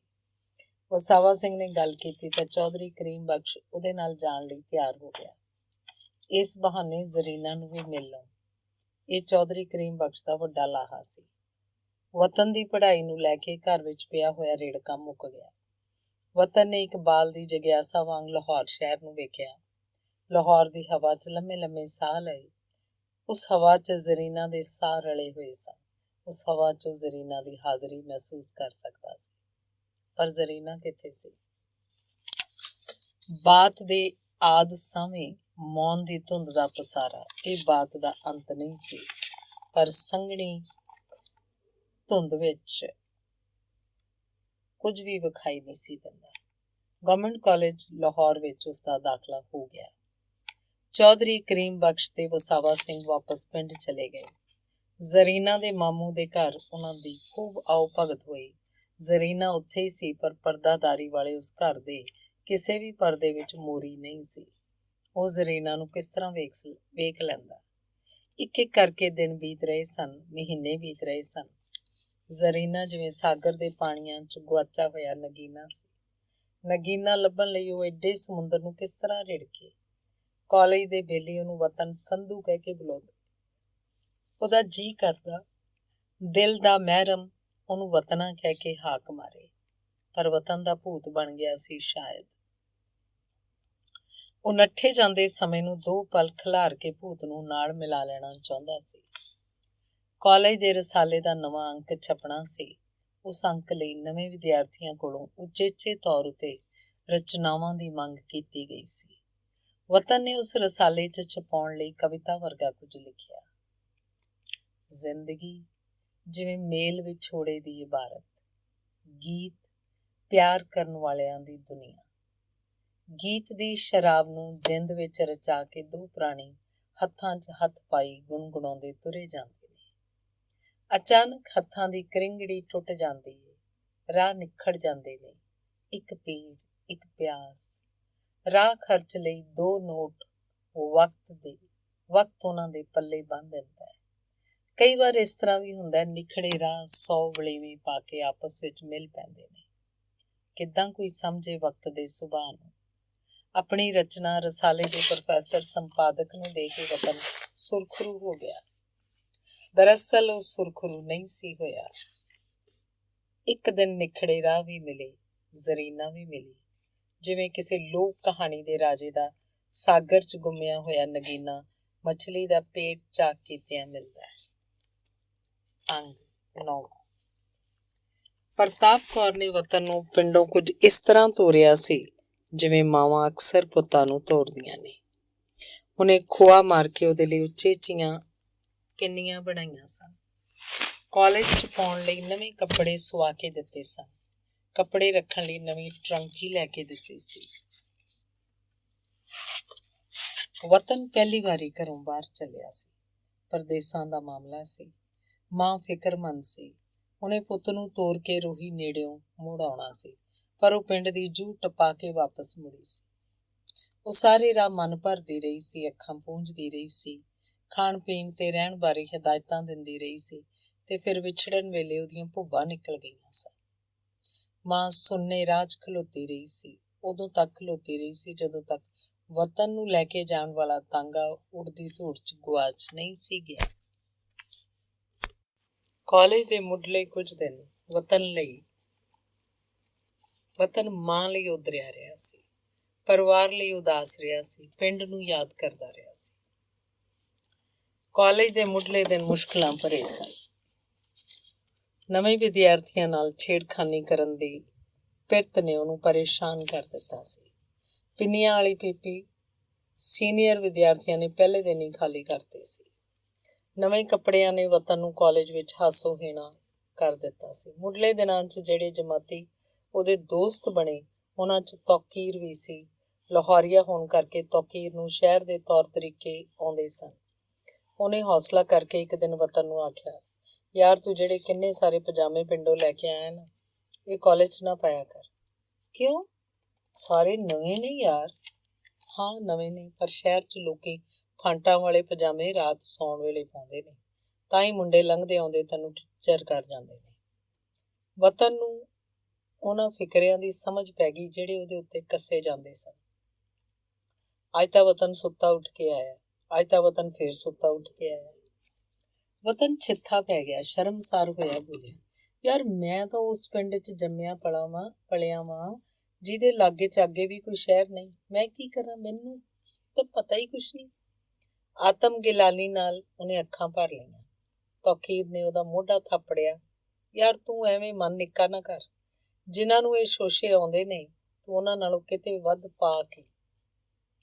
ਮੈਂ ਕੀ ਕਰਾਂ ਮੈਂ? ਇੱਕ ਅੱਧ ਪੈਂਟ ਬਣਵਾ ਲੈ। ਹਾਂ, ਇਹੀ ਠੀਕ ਰਹੂ। ਉਸ ਦਿਨ ਪੀਰੀਅਡ ਮੁੱਕੇ ਤਾਂ ਤੌਕੀਰ ਵਤਨ ਨੂੰ ਬਾਜ਼ਾਰ ਲੈ ਗਿਆ। ਉਹਨਾਂ ਕੱਪੜਾ ਖਰੀਦਿਆ ਤੇ ਦਰਜੀ ਨੂੰ ਪੈਂਟ ਬਣਨੀ ਦੇ ਦਿੱਤੀ। ਤੌਕੀਰ ਨੇ ਆਪਣੇ ਮਨ ਉੱਤੇ ਗੁਨਾਹ ਦਾ ਬੋਝ ਚੁੱਕਿਆ ਹੋਇਆ ਸੀ। ਇਹ ਗੱਲ ਉਹਨੂੰ ਲਗਾਤਾਰ ਸੱਲ ਰਹੀ ਸੀ। ਉਹਨੇ ਆਪਣੇ ਯਾਰ ਦਾ ਦਿਲ ਦੁਖਾਇਆ ਸੀ। ਉਹ ਦਰਜੀ ਦੀ ਦੁਕਾਨ ਤੋਂ ਬਾਹਰ ਆਏ ਤਾਂ ਤੌਕੀਰ ਨੇ ਆਖਿਆ, ਆਪਾਂ ਫਿਲਮ ਵੇਖ ਕੇ ਆਉਂਦੇ ਹਾਂ। ਇਹ ਉਹਦਾ ਦੋਸਤ ਤੋਂ ਮਾਫ਼ੀ ਮੰਗਣ ਦਾ ਤਰੀਕਾ ਸੀ। ਫਿਲਮ ਤਾਂ ਮੈਂ ਕਦੇ ਵੇਖੀ ਨਹੀਂ, ਵਤਨ ਨੇ ਦੱਸਿਆ। ਤਾਂ ਫਿਰ ਅੱਜ ਵੇਖ ਲਈ। ਜੇ ਕਿਸੇ ਨੇ ਆਪਾਂ ਨੂੰ ਵੇਖ ਲਿਆ ਤਾਂ ਕੀ ਕਹੂ? ਆਉਂਦੇ ਨੇ ਫਿਲਮਾਂ ਵੇਖਣਾ ਸ਼ਰੀਫਾਂ ਦਾ ਕੰਮ ਨਹੀਂ। ਤੌਕੀਰ ਹੱਸਣ ਲੱਗ ਪਿਆ। ਮੈਂ ਤਾਂ ਬਹੁਤ ਫਿਲਮਾਂ ਵੇਖੀਆਂ ਨੇ, ਕੀ ਮੈਂ ਤੈਨੂੰ ਸ਼ਰੀਫ ਨਹੀਂ ਦਿੰਦਾ? ਵੈਸੇ ਵੀ ਇਹ ਫਿਲਮ ਛੱਡਣ ਵਾਲੀ ਨਹੀਂ, ਹੁਣੇ ਲੱਗੀ ਹੈ। ਇਸ ਵਿੱਚ ਸੁਰਈਆ ਵੀ ਹੈ ਤੇ ਸ਼ਿਆਮ ਵੀ। ਇੱਕ ਵਾਰੀ ਵੇਖ ਲਏਗਾ ਤਾਂ ਪਤਾ ਲੱਗੂ ਕਿ ਫਿਲਮ ਕੀ ਹੁੰਦੀ ਹੈ। ਵਤਨ ਨੇ ਹਾਰ ਮੰਨ ਲਈ ਤੇ ਉਹਦੇ ਨਾਲ ਫਿਲਮ ਵੇਖਣ ਤੁਰ ਪਿਆ। ਸਿਨੇਮਾ ਹਾਲ 'ਚ ਬੱਤੀਆਂ ਬੁਝੀਆਂ ਤਾਂ ਵਤਨ ਨੂੰ ਕੁਝ ਘਬਰਾਹਟ ਹੋਈ। ਅਗਲੇ ਛਿਣ ਉਹਦੀ ਘਬਰਾਹਟ ਹੈਰਾਨੀ 'ਚ ਬਦਲ ਗਈ। ਸਾਹਮਣੇ ਪਰਦੇ ਉੱਤੇ ਤਸਵੀਰਾਂ ਤੁਰ ਫਿਰ ਰਹੀਆਂ ਸਨ, ਜਿਵੇਂ ਜਿਉਂਦੇ ਬੰਦੇ ਹੁੰਦੇ ਨੇ। ਬਾਅਦ ਵਿੱਚ ਤੌਕੀਰ ਨੇ ਦੱਸਿਆ, ਫਿਲਮ 'ਚ ਕੰਮ ਕਰਨ ਵਾਲੇ ਸੱਚੀ ਮੁੱਚੀ ਦੇ ਲੋਕ ਹੁੰਦੇ ਨੇ। ਤੇ ਉਹ ਕੁੜੀ ਜਿਹੜੀ ਪਹਾੜ ਤੋਂ ਡਿੱਗ ਕੇ ਮਰ ਗਈ ਸੀ, ਉਹ ਤਾਂ ਸਿਰਫ ਡਰਾਮਾ ਹੀ ਸੀ। ਉਹ ਜਿਉਂਦੀ ਹੈ, ਇੱਥੇ ਲਾਹੌਰ ਹੀ ਰਹਿੰਦੀ ਹੈ। ਫਿਲਮ ਵਿੱਚ ਤਾਂ ਉਹਨਾਂ ਦੀਆਂ ਮੂਰਤਾਂ ਹੁੰਦੀਆਂ ਨੇ। ਵਤਨ ਨੂੰ ਉਹਦੀ ਗੱਲ ਉੱਤੇ ਇਤਬਾਰ ਨਹੀਂ ਸੀ ਆਇਆ। ਇਹ ਕਿਸ ਤਰ੍ਹਾਂ ਹੋ ਸਕਦਾ ਸੀ ਕਿ ਉਹ ਸਿਰਫ ਮੂਰਤਾਂ ਸਨ? ਉਹ ਮੂਰਤਾਂ ਹੱਸਦੀਆਂ ਸਨ, ਗੱਲਾਂ ਕਰਦੀਆਂ ਸਨ, ਗਾਣੇ ਗਾਉਂਦੀਆਂ ਸਨ, ਨੱਚਦੀਆਂ ਸਨ। ਇਹ ਤਾਂ ਜਾਦੂਗਰੀ ਸੀ। ਤੌਕੀਰ ਨੇ ਵਤਨ ਨੂੰ ਸਿਨੇਮੇ ਬਾਰੇ ਸਮਝਾਉਣ ਦੀ ਕੋਸ਼ਿਸ਼ ਕੀਤੀ ਸੀ, ਪਰ ਸਮਝ ਨਹੀਂ ਸੀ ਸਕਿਆ। ਵਤਨ ਸਿਨੇਮੇ ਦੀ ਜਾਦੂਗਰੀ 'ਚ ਘਿਰ ਗਿਆ ਸੀ। ਤੌਕੀਰ ਦੇ ਉਹ ਗਾਹੇ ਬਗਾਏ ਫਿਲਮ ਵੇਖਣ ਜਾਣ ਲੱਗ ਪਏ ਸਨ। ਇੱਕ ਦਿਨ ਵਤਨ ਨੇ ਤੌਕੀਰ ਨੂੰ ਦੱਸਿਆ, ਯਾਰ ਮੈਂ ਸਾਰੇ ਐਕਟਰਸਾਂ ਨੂੰ ਪਛਾਣਨ ਲੱਗ ਪਿਆ ਵਾਂ। ਹੁਣ ਮੈਂ ਤੁਹਾਨੂੰ ਝੱਟ ਦੱਸ ਸਕਦਾ ਵਾਂ ਕਿ ਫਲਾਣੀ ਦੇਵਕੀ ਰਾਣੀ ਹੈ, ਫਲਾਣਾ ਅਸ਼ੋਕ ਕੁਮਾਰ ਹੈ, ਗੋਪ ਹੈ, KL ਸਹਿਗਲ ਹੈ। ਪਰ ਇੱਕ ਹੋਰ ਹੈ ਜਿਹੜਾ ਬਹੁਤ ਮਸ਼ਹੂਰ ਹੈ। ਉਹਦਾ ਨਾਂ ਹਰ ਪੋਸਟਰ ਉੱਤੇ ਸਭ ਤੋਂ ਪਹਿਲਾਂ ਲਿਖਿਆ ਹੋਇਆ ਹੁੰਦਾ, ਪਰ ਮੈਨੂੰ ਅੱਜ ਤੱਕ ਉਹਦੀ ਪਛਾਣ ਨਹੀਂ ਆਈ। ਕੌਣ ਹੋ ਸਕਦਾ ਹੈ? ਕੀ ਨਾਂ ਹੈ ਉਹਦਾ? ਤੌਕੀਰ ਨੇ ਮੱਥਾ ਖੁਰਕਿਆ। ਉਹਦਾ ਨਾਂ ਹੈ ਪ੍ਰੋਡੋਕਿਸ਼ਨ। ਵੇਖ, ਸਾਹਮਣੇ ਫਿਲਮ ਦਾ ਪੋਸਟਰ ਲੱਗਾ ਹੋਇਆ, ਉਹਦੇ ਤੇ ਵੀ ਲਿਖਿਆ ਹੋਇਆ ਪ੍ਰੋਡੋਕਿਸ਼ਨ। ਤੌਕੀਰ ਨੇ ਪੋਸਟਰ ਵੱਲ ਵੇਖਿਆ, ਪ੍ਰੋਡਕਸ਼ਨ ਕੰਪਨੀ ਦਾ ਨਾਮ ਪੜ੍ਹਿਆ ਤੇ ਫਿਰ ਖੁੱਲ੍ਹ ਕੇ ਹੱਸਿਆ। ਵਤਨ ਨੂੰ ਉਹਦੇ ਹੱਸਣ ਦੇ ਮਾਅਨੇ ਦੀ ਸਮਝ ਨਹੀਂ ਸੀ। ਅੰਗ 10ਵਾਂ। ਵਤਨ ਨੂੰ ਪ੍ਰੋਫੈਸਰ ਅਜ਼ੀਜ਼ ਅਹਿਮਦ ਦਾ ਬੁਲਾਵਾ ਆ ਗਿਆ। ਉਹਨੇ ਵਤਨ ਨੂੰ ਸਟਾਫ ਰੂਮ 'ਚ ਤਾਬੜਤੋੜ ਮਿਲਣ ਲਈ ਆਖਿਆ ਸੀ। ਜਦੋਂ ਵਤਨ ਪਹੁੰਚਿਆ ਤਾਂ ਪ੍ਰੋਫੈਸਰ ਅਹਿਮਦ ਦੇ ਸਾਹਮਣੇ ਇੱਕ ਫਾਈਲ ਖੁੱਲ੍ਹੀ ਹੋਈ ਸੀ। ਸਭ ਤੋਂ ਉੱਪਰ ਉਹੀ ਰਚਨਾ ਸੀ ਜਿਹੜੀ ਵਤਨ ਨੇ ਕਾਲਜ ਦੇ ਰਸਾਲੇ ਛਪਣ ਲਈ ਦਿੱਤੀ ਸੀ। ਪ੍ਰੋਫੈਸਰ ਅਜ਼ੀਜ਼ ਅਹਿਮਦ ਨੇ ਐਨਕਾਂ ਦੇ ਉੱਤੋਂ ਦੀ ਵਤਨ ਵੱਲ ਝਾਕਿਆ। ਇਹ ਮਜ਼ਮੂਨ ਤੁਹੀਓਂ ਦਿੱਤਾ ਸੀ ਨਾ ਮੈਨੂੰ? ਜੀ ਸਰ। ਬਰਖੁਰਦਾਰ ਏਦਾਂ ਬੰਦਾ ਚੋਰ ਤਾਂ ਬਣ ਜਾਂਦਾ, ਲੇਖਕ ਨਹੀਂ ਬਣਦਾ। ਉਹਦੇ ਬੋਲ ਲੋਹੇ ਵਰਗੇ ਸਨ, ਠਰੇ ਹੋਏ ਤੇ ਸਖਤ। ਵਤਨ ਬੇਚੈਨੀ 'ਚ ਇੱਧਰ ਉੱਧਰ ਹਿੱਲਿਆ। ਸਰ, ਮੈਂ ਸਮਝਿਆ ਨਹੀਂ। ਇਹ ਮਜ਼ਮੂਨ ਕਿੱਥੋਂ ਚੁੱਕਿਆ ਹੈ ਤੂੰ? ਠਰੇ ਹੋਏ ਬੋਲ ਕੁਝ ਤਪ ਗਏ। ਸਰ, ਇਹ ਮਜ਼ਮੂਨ ਮੈਂ ਆਪੇ ਲਿਖਿਆ ਹੈ। ਮੈਨੂੰ ਤਾਂ ਸਗੋਂ ਇਹ ਲੱਗਾ ਸੀ ਕਿ ਮਜ਼ਮੂਨ ਨਿੱਕਾ ਰਹਿ ਗਿਆ ਵਾ। ਮੈਂ 2 ਸਫ਼ੇ ਹੋਰ ਲਿਖ ਕੇ ਲਿਆਂਦੇ ਸੀ ਤਾਂ ਕਿ ਤੁਹਾਨੂੰ ਉਹਦੇ ਨਾਲ ਜੋੜਨ ਲਈ ਆਖਾਂ। ਤੂੰ ਹੋਰ ਲਿਆਂਦੇ ਨੇ 2 ਸਫ਼ੇ? ਐਨਕਾਂ ਦੇ ਸ਼ੀਸ਼ਿਆਂ ਵਿੱਚੋਂ ਅੱਖਾਂ ਕੁਝ ਹੈਰਾਨ ਹੋ ਗਈਆਂ। ਹਾਂ ਸਰ, ਆਹ ਵੇਖ ਲਓ ਭਾਵੇਂ। ਵਤਨ ਨੇ ਹਥਲੀ ਕਾਪੀ 'ਚ ਤੈਅ ਕੀਤੇ ਹੋਏ ਕਾਗਜ਼ ਪ੍ਰੋਫੈਸਰ ਅਹਿਮਦ ਵੱਲ ਕਰ ਦਿੱਤੇ। ਸਰ, ਜਦੋਂ ਮੈਂ ਇਕੱਲਾ ਬੈਠਾ ਹੁੰਦਾ ਵਾਂ ਤੇ ਕਈ ਗੱਲਾਂ ਆਪੇ ਸੁੱਝ ਜਾਂਦੀਆਂ ਨੇ। ਕਈ ਵਾਰ ਮੈਂ ਉਹ ਗੱਲਾਂ ਲਿਖ ਲੈਂਦਾ ਵਾਂ ਤੇ ਕਈ ਵਾਰ ਨਹੀਂ ਲਿਖਦਾ। ਪ੍ਰੋਫੈਸਰ ਅਹਿਮਦ ਕੁਝ ਛਿਨ ਉਹਨੂੰ ਘੂਰਦਾ ਰਿਹਾ। ਉਹਦੇ ਚਿਹਰੇ ਤੋਂ ਕੁਝ ਪੜ੍ਹਦਾ ਰਿਹਾ, ਫਿਰ ਬੋਲਿਆ, ਜ਼ਰਾ ਪੜ੍ਹ ਕੇ ਸੁਣਾ ਕੀ ਲਿਖਿਆ ਹੋਇਆ ਇਹਨਾਂ ਕਾਗਜ਼ਾਂ ਉੱਤੇ। ਵਤਨ ਨੇ ਕਾਗਜ਼ਾਂ ਦੀ ਤਹਿ ਖੋਲ੍ਹੀ ਤੇ ਪੜ੍ਹਨਾ ਸ਼ੁਰੂ ਕੀਤਾ। ਈਮਾਨ ਦੇ ਜਿੰਨੇ ਕੁ ਸ਼ਬਦ ਸਨ, ਸੁੱਚੇ ਸਨ। ਨਾ ਧੁੱਪ ਵਿੱਚ ਪਿਘਲ ਸਕਦੇ ਸਨ, ਨਾ ਤਲਵਾਰ ਨਾਲ ਕੱਟ ਸਕਦੇ ਸਨ। ਮੈਂ ਉਹਦੇ ਵੱਲ ਕੁਝ ਇਸ ਤਰ੍ਹਾਂ ਤੁਰਿਆ ਜਿਵੇਂ ਹਰ ਸ਼ਬਦ ਵੱਲ ਤੁਰਦਾ ਹੈ ਤੇ ਸ਼ਬਦ ਵਾਕ ਲੱਭਦਾ ਹੈ ਤੇ ਵਾਕ ਸ਼ਬਦਾਂ ਦੀ ਤਰਤੀਬ ਵਿੱਚ ਅਰਥਾਂ ਨੂੰ ਔਲਦਾ ਹੈ ਤੇ ਅਰਥ ਗੁੰਮ ਸੁੰਮ ਜਿਹੀ ਗੁਫਾ ਸਿਰਜਦੇ ਨੇ। ਗੁਫਾ ਵਿੱਚ ਸ਼ੁਰੂ ਹੁੰਦੀ ਹੈ ਗੁੰਮਸ਼ੁਦਾ ਦੀ ਤਲਾਸ਼। ਮੈਂ ਉਹਦੇ ਵੱਲ ਕੁਝ ਇਸ ਤਰ੍ਹਾਂ ਤੁਰਿਆ, ਹੁਣ ਆਪਣੀ ਤਲਾਸ਼ ਵਿੱਚ ਹਾਂ। ਪ੍ਰੋਫੈਸਰ ਅਜ਼ੀਜ਼ ਅਹਿਮਦ ਨੇ ਹੱਥ ਦੇ ਇਸ਼ਾਰੇ ਨਾਲ ਉਹਨੂੰ ਅੱਗੇ ਪੜ੍ਹਨ ਤੋਂ ਰੋਕ ਦਿੱਤਾ ਤੇ ਦੋਵਾਂ ਹੱਥਾਂ 'ਚ ਸਿਰ ਫੜ ਕੇ ਬੈਠ ਗਿਆ, ਚੁੱਪ-ਚਾਪ ਤੇ ਗੁੰਮਸੁੰਮ। ਉਸ ਚੁੱਪ ਦਾ ਰੌਲਾ ਹੌਲੀ-ਹੌਲੀ ਵੱਧਦਾ ਗਿਆ। ਵਤਨ ਦੀ ਬੇਚੈਨੀ ਵੱਧਦੀ ਰਹੀ। ਪ੍ਰੋਫੈਸਰ ਅਜ਼ੀਜ਼ ਅਹਿਮਦ ਨੇ ਸਿਰ ਉੱਪਰ ਚੁੱਕਿਆ। ਸੌਰੀ ਬਰਖੁਰਦਾਰ, ਆਮ ਸੌਰੀ। ਸਰ, ਇਹ ਕੀ ਕਹਿ ਰਹੇ ਹੋ ਤੁਸੀਂ? ਉਹ ਫਿੱਕਾ ਜਿਹਾ ਹੱਸਿਆ। ਮੈਨੂੰ ਪਤਾ ਨਹੀਂ ਸੀ ਕਿ ਜਨਾਬ ਦੀਵਾਨੇ ਨੇ। ਸਰ, ਮੈਂ ਤਾਂ ਬਸ ਐਵੇਂ। ਵੇਖ ਵਤਨ, ਇਹ ਕਾਗਜ਼ ਮੈਨੂੰ ਦੇ ਦੇ ਤੇ ਤੂੰ ਜਾ। ਹੁਣ ਜਦੋਂ ਵੀ ਕਦੀ ਕੋਈ ਖਿਆਲ ਆਵੇ ਲਿਖ ਲਿਆ ਕਰੇ। ਉਸ ਖਿਆਲ ਨੂੰ ਗੁਆਚਣ ਨਾ ਦੇ। ਇੱਕ ਗੱਲ ਚੇਤੇ ਰੱਖੀ, ਨਜ਼ਮ ਤੋਂ ਪਹਿਲਾਂ ਤੁਸੀਂ ਕੁਝ ਨਹੀਂ ਹੁੰਦੇ। ਜਦੋਂ ਨਜ਼ਮ ਹੁੰਦੀ ਹੈ ਉਦੋਂ ਤੁਸੀਂ ਨਜ਼ਮ ਹੁੰਦੇ ਹੋ। ਵਤਨ ਨੂੰ ਪ੍ਰੋਫੈਸਰ ਅਜ਼ੀਜ਼ ਅਹਿਮਦ ਦੀ ਗੱਲ ਚੰਗੀ ਤਰ੍ਹਾਂ ਸਮਝ ਨਹੀਂ ਸੀ ਪਈ, ਪਰ ਗੁਆਚਿਆ ਜਿਹਾ ਖਿਲਰਿਆ ਜਿਹਾ ਉਹ ਪ੍ਰੋਫੈਸਰ ਵਤਨ ਨੂੰ ਚੰਗਾ ਲੱਗਣ ਲੱਗ ਪਿਆ ਸੀ।